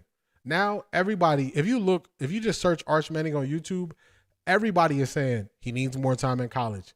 His footwork isn't good. His arm angles, he's using different arm angles for no reason. He's off. He's not accurate. Everybody is saying that. I saw it after the first game because I don't have any emotional attachment to people. If I have an emotional attachment or if I have a bias, I just tell y'all up front so y'all know my bias. I just put it out there. So if y'all hear something that's biased, you can even call me out and say, man, your bias is showing right there. That's why I tell y'all. What these guys do is they don't tell you directly. They tell you indirectly in everything they say. He said all those bad things about this film, and listen to the stuff he's going to say when he's breaking it down. Dillon Gabriel. This is a fact. All these Cleveland reporters are compromised. That's a fact. A lot of the reason why they're compromised is because they are stuck in a place where they don't understand the game of football. They are trying to speak on the game of football. They are not trying to learn the intricacies of football. So they have to say, I spoke to this person, I spoke to this person, I spoke to this person. And that's how they describe how they view football and what lens they view it from.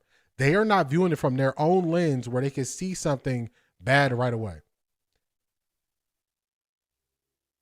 Even W from Worst Take is acting like he don't see this ish. I stopped listening to them. So before we get to this, Chase, let me tell y'all something.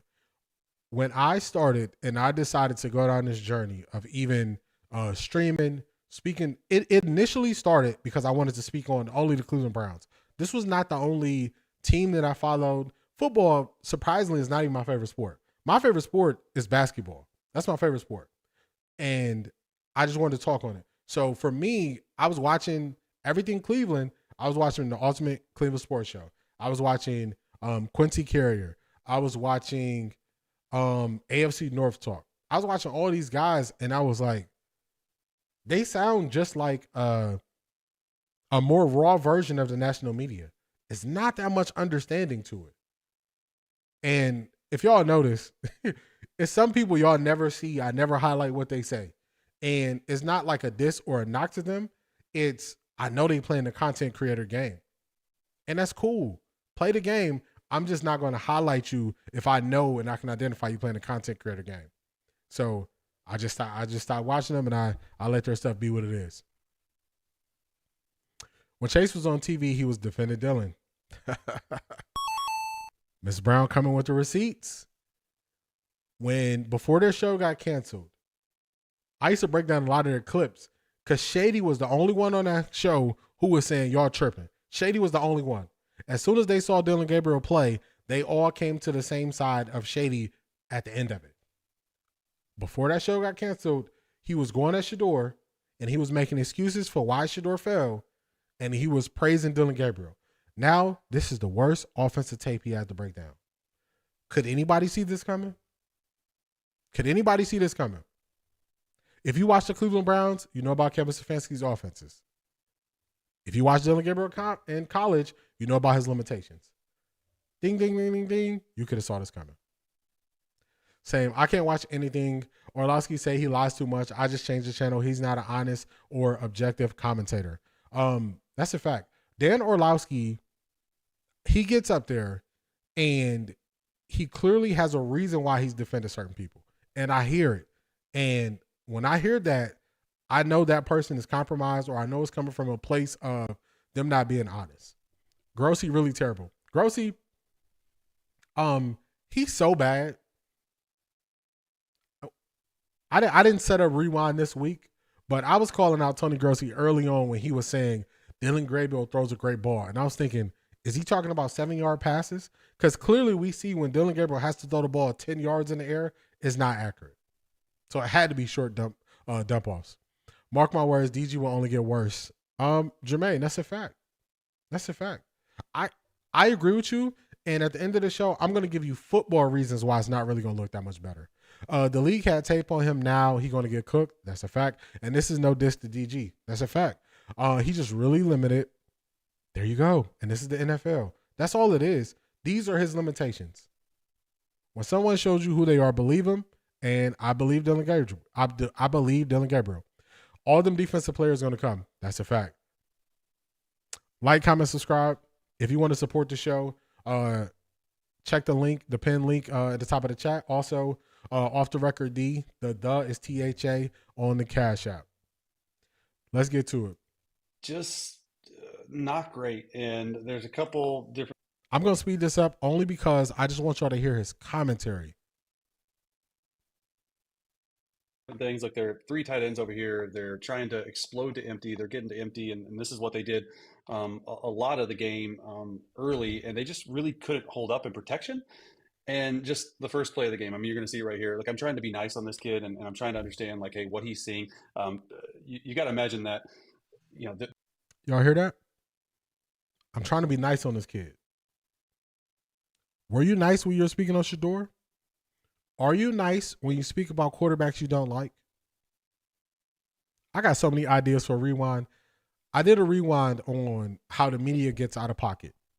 And I said the media goes overboard with people they don't like, and that's where the bar is set. So for whatever reason, he likes Dillon Gabriel, so he's trying to be as nice as possible. If this was a person that I don't like, I would just call it out. That's what the media does. That's the game they play. But they set the bar on somebody you don't like. So I know Deshaun Watson's not going to play. This is not really about Deshaun too much. But I noticed that Bull went crazy when Deshaun Watson posted about getting engaged. And Bull crossed the line in my eyes. When Bull did that, I said the reason why nobody flinched is because people don't care for Deshaun Watson. But if Bull did that same thing to a player that people care about, people would have said, oh, you crossed the line.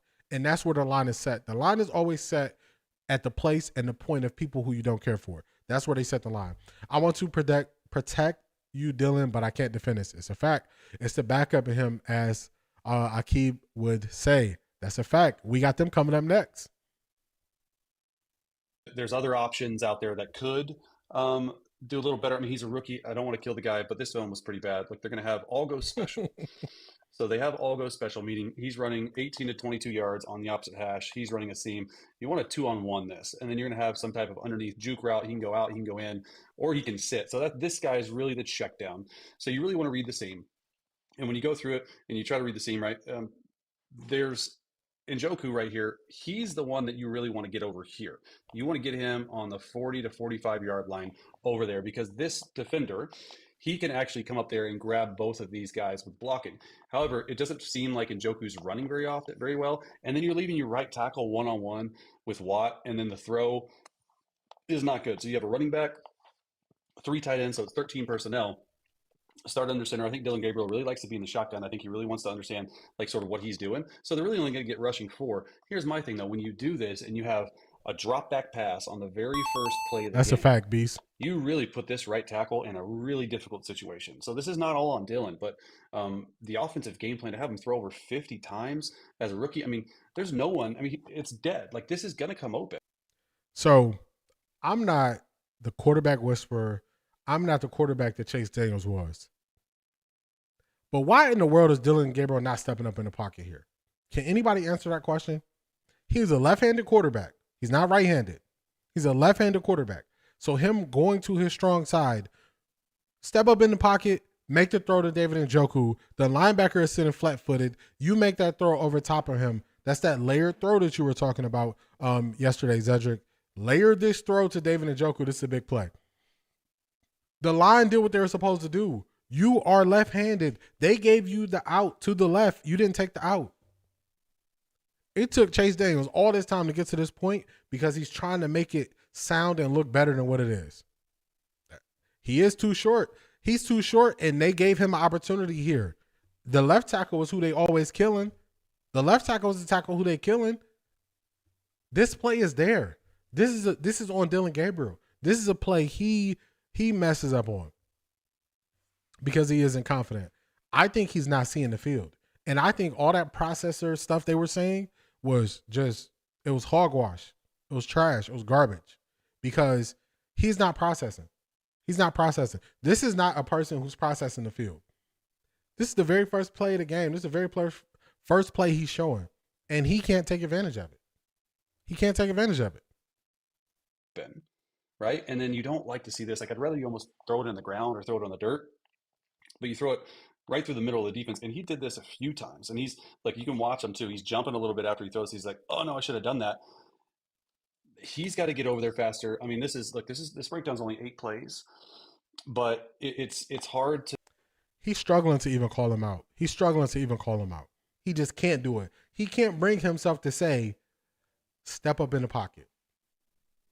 Step up in the pocket. That's what it is. Step up in the pocket, make the throw. That's all it is. He won't say it. That's the answer. When they break that down on film, they're going to say, why didn't you step up and throw the ball and plant your feet and have a firm base? He is bouncing. He's hopping. He got happy feet.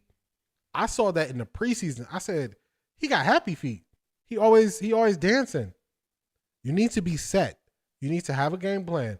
Pocket collapses to the right. I'm left-handed. This is my strong side. I'm going to move to the left and move up in the pocket and throw the ball. I'm going to layer the ball over the top of the flat-footed linebacker and get it to David Njoku for a big pass. He was not capable of doing that. That is processing, and that is ability. That's the reason why he can't get it done. Yeah, they think Shedeur wouldn't do better. They're smoking something. He not missing this. No, he can process, but he can see, and he is not confident because of that. I am Jamaican, and I watch Oscar Powell being the fast man, but when it comes to World Champion Olympics, he always chokes. See, the first answer to what a quarterback needs to do is step up in the pocket. That's the first thing you need to do is step up in the pocket. He never steps up in the pocket. So he has to do that. It's no way on that play you can't say he's processing because the play and the place where you want to go is open and he can't get there. That's process. That's what that is. Processing is, this is what the defense is doing. This is what they're trying to take away. This is how I'm going to read that comment, but processing is, you know what the defense is trying to take away. You know you have the answer. You execute the answer. That's what processing is. This is not processing. Well, they told Shedeur he had to do that, and that's why he isn't playing. If they say about DG, they're telling themselves. That's a fact. But then Usain Bolt has that killer mentality for big plays. Dillon is good, but he not made for bright lights. So, Jermaine, I've been with you a lot of the stuff you've been saying, but this is where we got to ask the first question. How does the beginning and the end of that message you sent make sense? Every time you play a game in the NFL, it's going to be bright lights.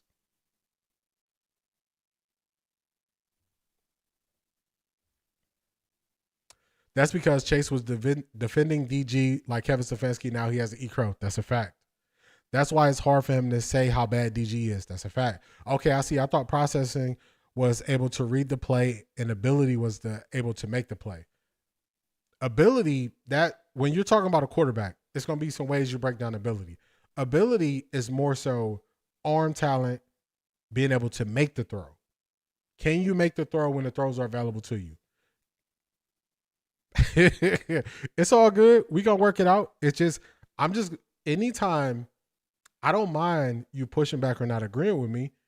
It just will turn into a conversation. So it's perfectly fine. There's no problem. No issues or anything like that. Oh, what I mean is the pressure of the NFL isn't for everyone. I totally agree with you there. There we go. See, that's why I asked the question. That's why I asked the question, because before I just go off on something crazy, I'm like, let me make sure we're on the same page and understanding of what's happening. So ability is, can you make all the throws you need to make? So as a quarterback, can you make the underneath throw? Can you make the check down? Can you attack every part of the field? That's ability. Processing is, think of it like this. Processing, if the question is, what is 1 + 1? So you can look at it, you know the value of 1 on each side, you know plus means you're adding them together. Processing it all the way through is you're getting to the answer and you're writing down 2. That's the way processing works. So is you see the variables, so you got offense, defense, and then you get to the answer. That's processing. So the offense is set, the defense is set. Now you process through to get the answer. He doesn't get to the answer. So that's where his process is breaking down. Skip be calling DG since the beginning. Skip, I'm going to tell y'all something about Skip. If Skip is on your side, he never switches up. I respect that about Skip. It's kind of irritating about Skip, but I definitely respect it. Because if he ride with you, Skip ride with you till you out the NFL, and even if you out the NFL, he's still going to ride with you. So I respect Skip for that. So even if you can process really good when the pressure of the game is on, you choke. Let me read that again. So even if you can process really good when the pressure of the game is on, you choke.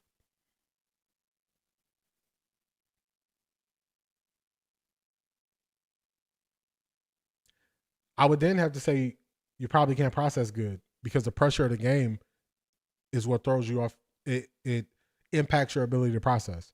I would say you probably can't process then if that was the circumstance. Let's listen to a little bit more Chase. We're not gonna let Chase go too far more than that one, because then we're gonna get to the next video. 80-something plays, and I probably could have put 20 plays on here that were bad. He's got to get over here, and just when you're doing that, and it's. This is the view you want to see when I'm talking about processing for Dillon Gabriel. This is where process happen. Explain what you mean, Jermaine. Bad. He's got to get over here. So processing, let's break it down in the form of football. You snap the ball. You identify what coverage the defense is in. You know where your guys are supposed to be at a certain amount of time. You're still processing right now. Let's play it. And at this point, you know David Njoku where he has to be. You step up, you make the throw. That's the full process of the play. You can process, but then you can do the actions required in live action. We're just going to have to disagree here because that's the difference between a person being able to explain it on a whiteboard and a person being able to go out and do it. And if I can tell you where to go every day on the whiteboard, but I can't process it in real time and make it happen, then maybe I'm not that good of a processor or I'm not as good as you say I am. I know this is not coming from a bad place, but I think this is more semantics than what actually is happening in the play. That's what I think. I could be wrong. I'm willing to be wrong, but that's what I think. I think this is more of us getting into semantics of using the word process versus using the word ability, saying he's good, but the lights are too bright. All of these things is just, that's playing semantics to me. I could be taking this wrong, but to me, if you can't take it like I did with 1 + 1 is 2, 1 offense, 1 defense, how do we create the answer? That's how I take it. So I don't know why my bot just clipped you right there. But yeah, we just got to agree to disagree, because no matter what words we use, he did not win this down, and that's what you want to see from your quarterback. So we'll just boil it down there. Even Chase is being nice with how he's breaking it down. Just when you're doing that, and it can be a little scary. So we're lucky he didn't throw more turnovers. Here it is again, 3rd play of the game, empty. Here's my thing about this though: you have double chippers, so they felt like on the first play of the game they didn't want to do it. So he's able to do that, and that's another thing too, is these flags all over the place. Just not really stepping up into it, and that is what causes. He's going to the right area. Just the arm strength. I don't know what it is. Right, we're chipping 9. So here, he went through the process correctly. He couldn't get it done. So that's why I say, like, just getting caught up on the one word of it. He processed this correctly. He knew where to go with the ball. He couldn't actually get it there. So then you can say, is this ability? Is this mechanics? But either one, he's ending up on the wrong end of plays too often. 90 and going into the flat. I do like this switch release, because this guy's coming in motion. He has a deep cross at 18 yards, and then this point guy has a dagger route. So you really want to read 1 to 2 to 3. This guy is a clear out, and this guy is a blocker. He's over there. So you really want to read the middle of the field. I just have not seen a lot of success with Dillon throwing into the middle of the field, and then there's flags over the place. He doesn't really step into it. Really nice job. I mean, this is a great job. Yeah, that's a different play, but that's semantics. You see what I'm saying? That's playing semantics. Exactly, that is ability and not processing. What's the result? That's semantics. So if you want to say the first play, if you want to say the first play he didn't process it well. If you want to say this play, this is more ability, okay, whoop-de-doo. That's semantics. He didn't get either thing done.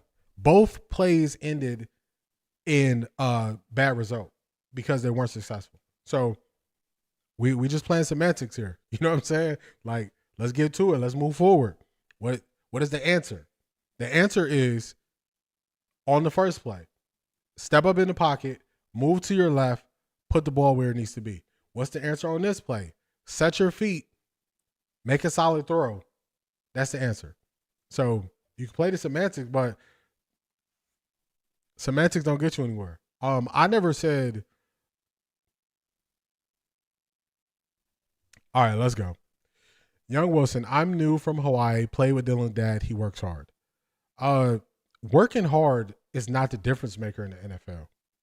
It's an all encompassing thing. That's what the NFL is, all encompassing. You think, let's not use the quarterbacks because people have emotion tied to it. Do you think the Browns left tackle is not working hard? He's not producing. Dillon Gabriel the left tackle is not producing. Do you think he's not working hard? It's not about, oh, he's working hard or he's not working hard. That's not it. These are semantics. All of this is semantics. All of this is deflect and redirect the conversation to a different point that still gets to the end result at the same time. It's not good enough. That's what it gets to. So I'm not saying he's not working hard. That's what it is. He is a hard worker, but sorry, he just didn't a NFL QB right now. See, that's what I'm saying. This is all semantics. Because then, Jermaine, if you say he's a hard worker, he's just not an NFL QB right now, then wouldn't that go against what you said earlier about him being good? If he's not an NFL QB right now, then how could he be good? Like, some of this stuff, it just don't just walk down the line now. Just go down the line of what you're saying. We know DG is your guy, but you have to face it that he's not good. He could be another Kellen Moore, maybe. No, man, DG isn't my guy. It seems like you kind of defended him. DG is a backup.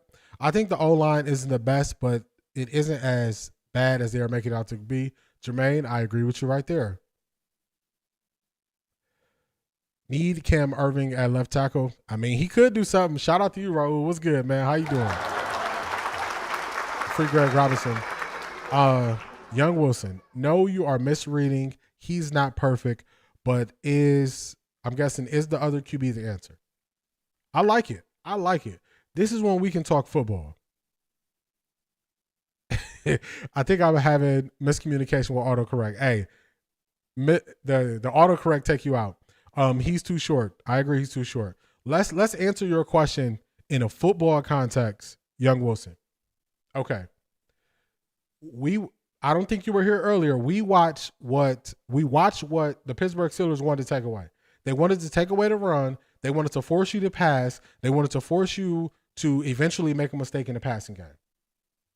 Now, if your best ability is running the ball, if they crowd the line, the way to get a defense to stop crowding the line is you have to beat them over the top. You got to throw it over the top. You got to throw it over their heads. You got to make them say, are we really trying to shut down this 5-yard run play and willing to sacrifice a 20 or 30-yard pass? That's how you back them off, and that's how you can establish the run. Dillon Gabriel has not shown he's capable of beating teams over the top. He's going to see the same defense every week. Now you say, would another quarterback change this? That is emphatically yes. Joe Flacco was not good, but his ability to throw deep, to attempt to throw deep, defenses couldn't do this to the Browns. Even as bad as Joe Flacco was, just his ability to throw deep, we had it better running the ball. Now you say, Joe Flacco's not on the roster. He's on Cincinnati. So then we lead to the place that I think people really wanted to be. People want to answer, can Shedeur fix this? We could have jumped past all this and you just say, hey, Dillon Gabriel's this. Can Shedeur fix this? And if you're asking me that question from a football standpoint, I would say yes. See how we can get there. We can get there because I'm not the person who's just going to take shots at people and do all those things. We can really go through this on a football level, and I can give you the football reasons why Shedeur would be the answer to what defenses are doing. Even the Pittsburgh Steelers DBs came out and said we never backpedaled because we knew they wouldn't throw the ball deep. So anytime you're trying to throw these underneath routes and they're never going to get beat over the top, they never backpedal. It's more condensed, less space to work, more crowded underneath. It won't work. Yes, Sanders can change this. He's the only QB that scored over 30 points with no reps. There you go. Jermaine, let's be real. I agree with you. If you establish the run, use play action, roll him out, same answer to your other QB, but we are not seeing something the coaches see. Okay. The reason why you can't establish the run is because the Pittsburgh Steelers went into the game saying, we're going to attack your 3 best offensive linemen, which are your center and 2 guards. If you look at how many times they try to run the ball into a crowded box, you could never establish the run. So if you can't establish the run, what can you then not do? You can't get to play action. If you can't get to play action, what can you then not do? You can't get to roll him out. They tried to roll him out. What happened on the plays? They rolled Dillon Gabriel out. I don't know. Was that when Jalen Ramsey sacked him?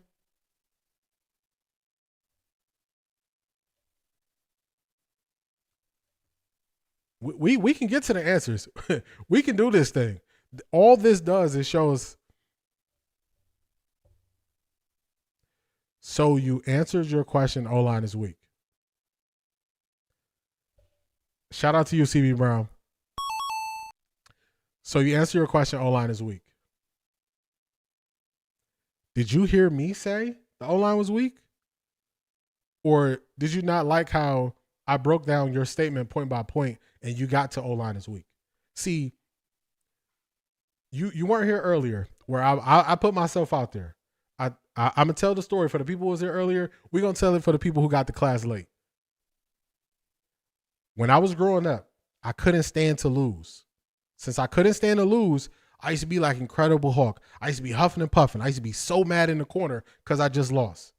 What my dad told me was very key. He said, find a way to win. It's going to be people smarter, faster, stronger than you. You have to find a way to win. You never once heard me say the O-line is weak. The O-line is the reason. You won't find me saying that. I was prepared for people to say this to me. 3 weeks ago, I broke down how basically every offensive line of teams who are leading their division, they have guys on injured reserve and they have guys who are not playing well at the offensive line position. Using the offensive line as the reason for why you say the Browns struggle, you might as well tell me the Browns have no ability to win. If that is your answer, if that's what you get to when we go through this, say that from the beginning. Just say, hey, I think the Browns offensive line is so bad they have no ability to win.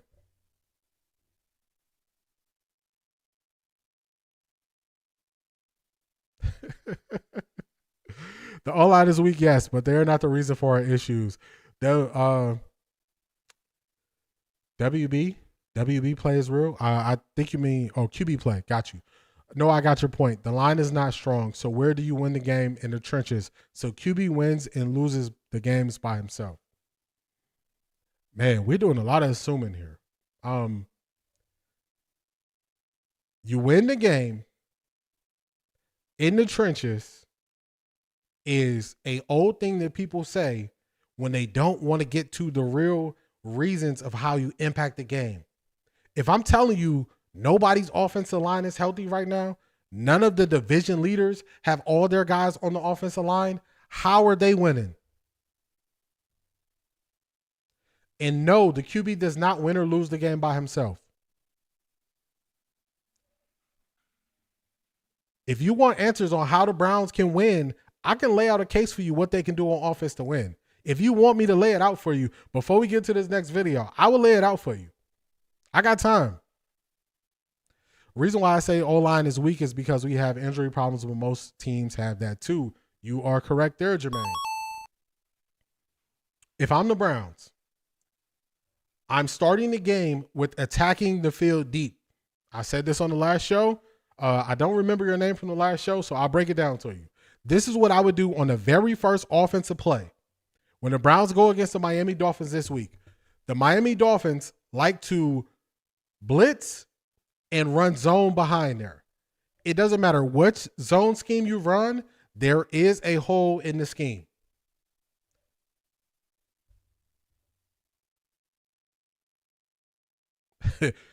I don't think you're being rude. I think we're having a conversation. I like it.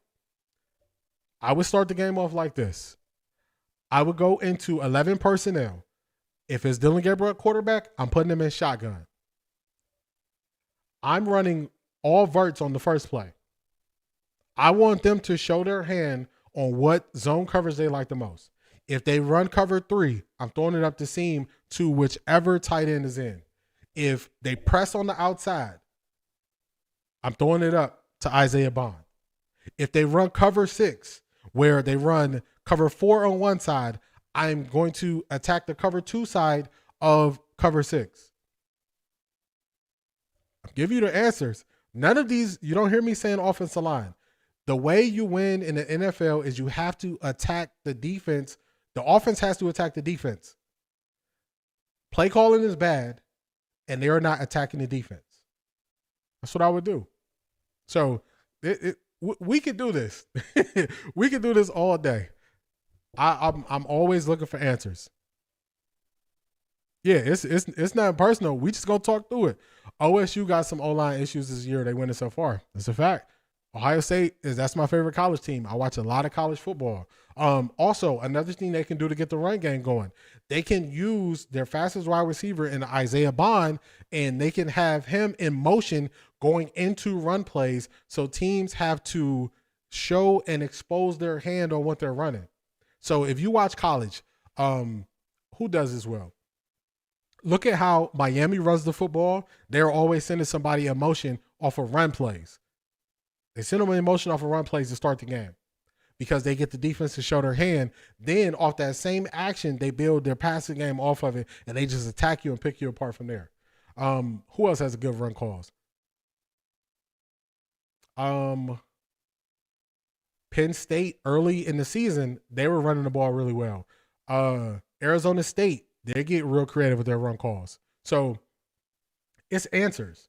Now, a lot of people want to get to is no answers, and they just want to they just want to act as if the Browns are going to lose every game. Young Wilson, see, look at this. Look at this. We on the same page. If you notice, that's why I said I would start the game in shotgun, so it gives Dillon more of a chance. And then also, he can read the defense, and then also you can attack the defense. So I don't do the criticism without giving answers. If it's anything I say and you want the answers from football perspective, I'll give it to you. I'll give it to you. It's other places you go where people get upset with people asking them questions. This is not the place. You come to the place where we could talk this thing out. OSU is my favorite too. Charmaine, funny story. So growing up a Cleveland Browns fan, when you go through all the turmoil of the Browns not being good, you got to find other teams that are doing good so you can see success. And that's why I ended up being an Ohio State fan early, because I was like, I have to see a team that's winning, because just leading your weekend into football and the Browns losing every Sunday is not it. It's not it. So that's why I'm an Ohio State fan. So shout out to you.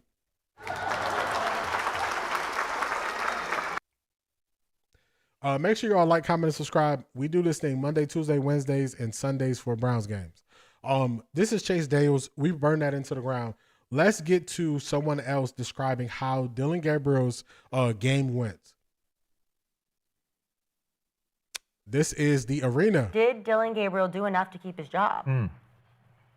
It's tough because Dillon Gabriel's not playing bad right now by any means. He's not playing bad football.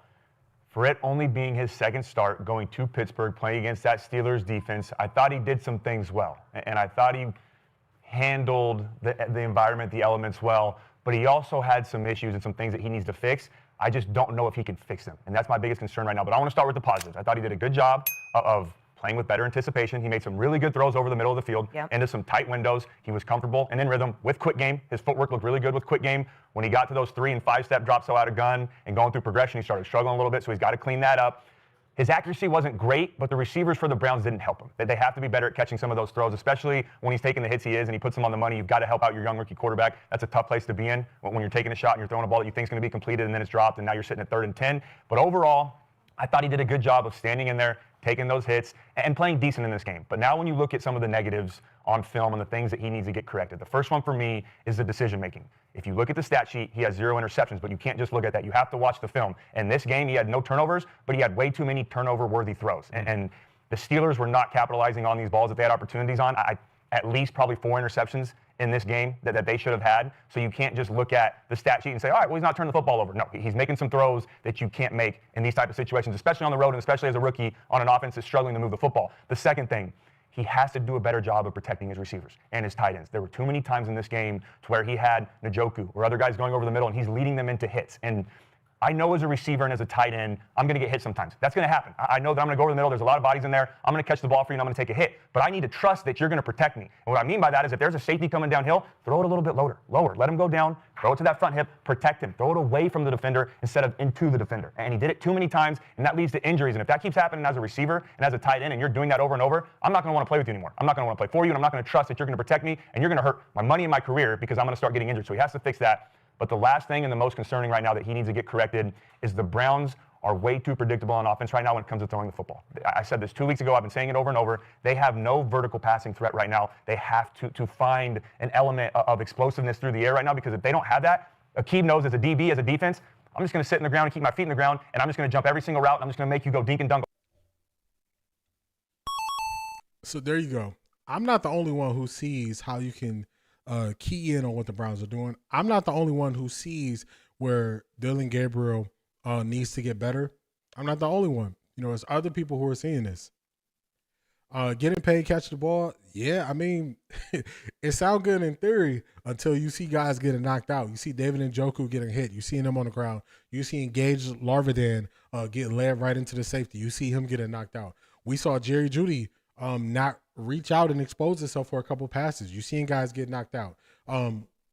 We watched Tom Brady yesterday say it's up to the quarterback to protect his receivers, not to throw them into anything. I let that whole thing play out. I let him get to the end of what he had to say, because how do you build trust if I know you setting me up? Gage Larvadan, we're going to see. I think this is the first time he's been in concussion protocol. We're going to see how long he's out the game. He was fighting for his quarterback, and his quarterback set him up, led him right into the safety. So what we do is we sometimes take the human element out of what these guys are going through. And you watching all your guys getting knocked out the game, you're not going to be the next one to get knocked out the game because you're going across the middle. The Pittsburgh Steelers run too much single high safety for you to always have all these in-breaking routes take you right into the safety. Njoku might not play Sunday. Yeah, that's going to be a big loss, because in the run game, David Njoku is on one side blocking, and they will use Fannin also in blocking. And Fannin, when they run up the middle, when they run that split zone, it's Fannin's job to come across and crack back on that DN. And that is a good running play for them in that split zone up the middle. And to get to that, you need two tight ends. And the Browns' third tight end, number 86, I can't remember his name right now. I noticed that it's a big drop-off when it comes to blocking when he was in the game. So that's going to be another thing that they're going to have to work around in the run game. So you might have to use a receiver to come around and try to slow down that D end on the backside so they can't chase it down. So you just gotta see the problem, find the answer so you can move forward. That's what they got to do. So that's Chase Daniels. That's Cody Kessler. Does anybody disagree with Cody Kessler's assessment of Dillon Gabriel's game this weekend, or on things Dillon Gabriel needs to do better? Browns were a great team, just some mishaps, and who knows? I remember the 80s and 90s teams. Yeah, the 80s and 90s teams were crazy. My first memory going to a Browns game was in the stadium in Richfield. And I remember, like, we were going up to our seats, and it was just the concrete, and they had those old seats. And I was just, like, so nervous that I was going to fall. And I was like, man, I don't like this. But that was my first memory going to Richfield, watching them play. Everybody is seeing the same thing when it comes to Dillon Gabriel. Let's get to Aqib Talib. He's not going to be as diplomatic. Let's go, Aqib. All the way down the field, and I have no threat of you throwing the ball over the top.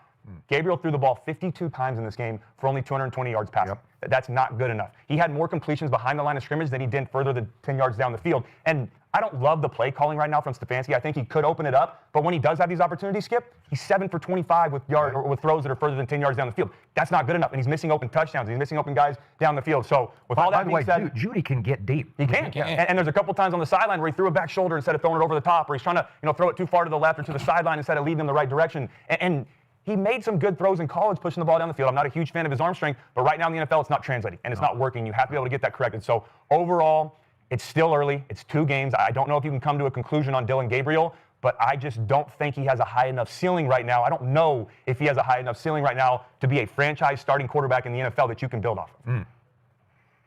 I don't think he did enough to keep his job at all. It was very trash, in my opinion. You say he's playing good.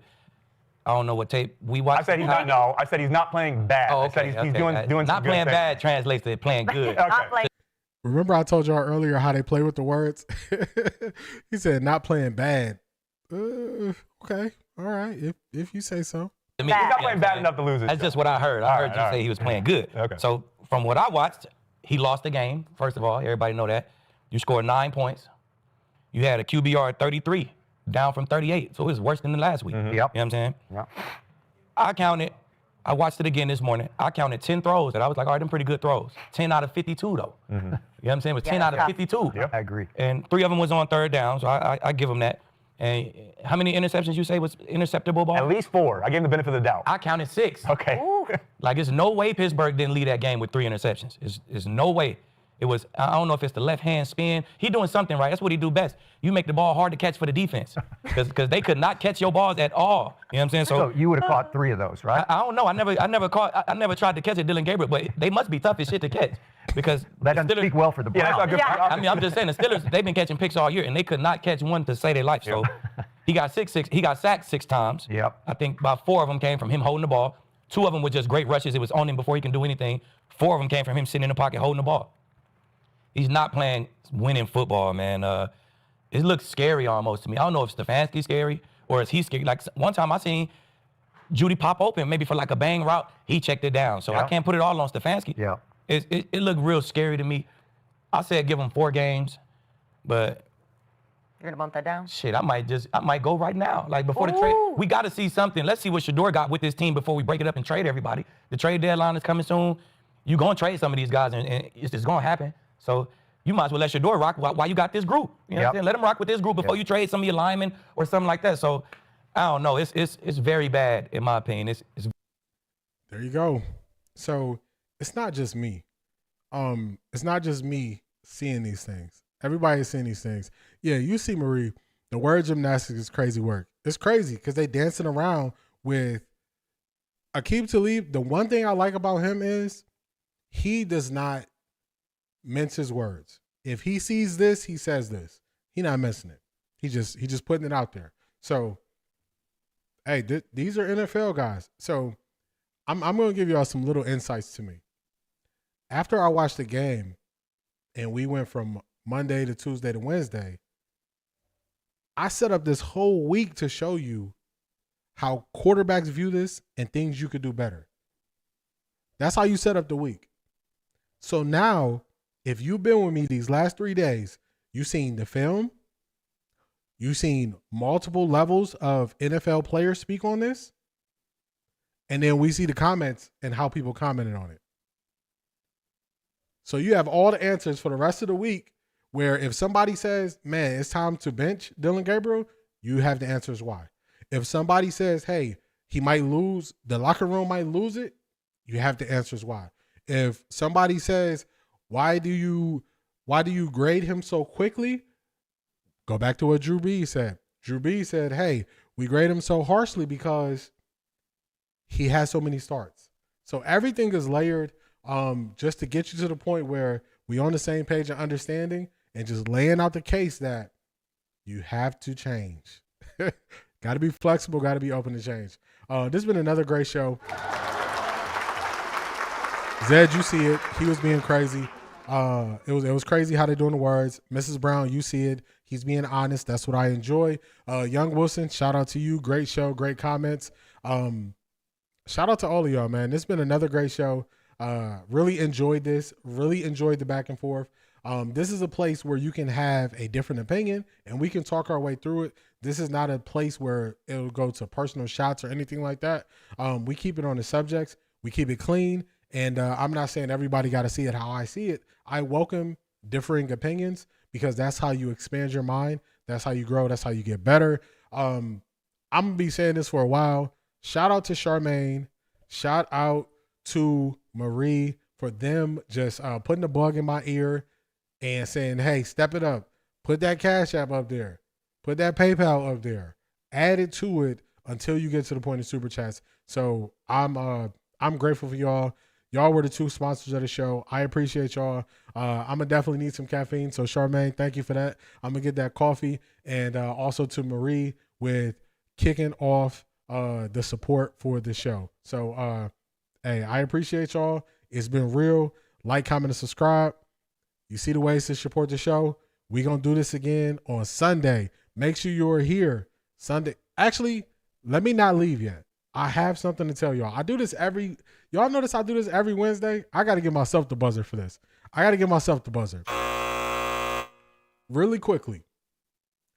3 things that the Dolphins do where I'm kind of concerned about this game.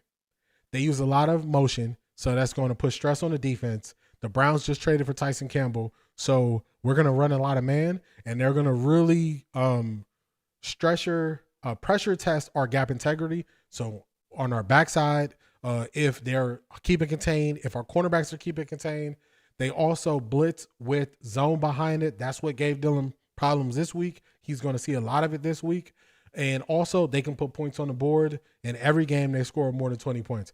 Those are my 3 reasons where this week on Sunday, I'm not going to be the one who's upset if the Browns don't win, because they do things to take away what the Browns like to do well. So just had to get that out there. I always almost forget, but had to get that out there for y'all. But I appreciate everybody for being here. This has been a great show. Like, comment, and subscribe. Thank you for your support. I'll catch y'all on Sunday. 10 minutes before kickoff. We'll be doing this again. Have a good rest of your week. It's been real. Peace.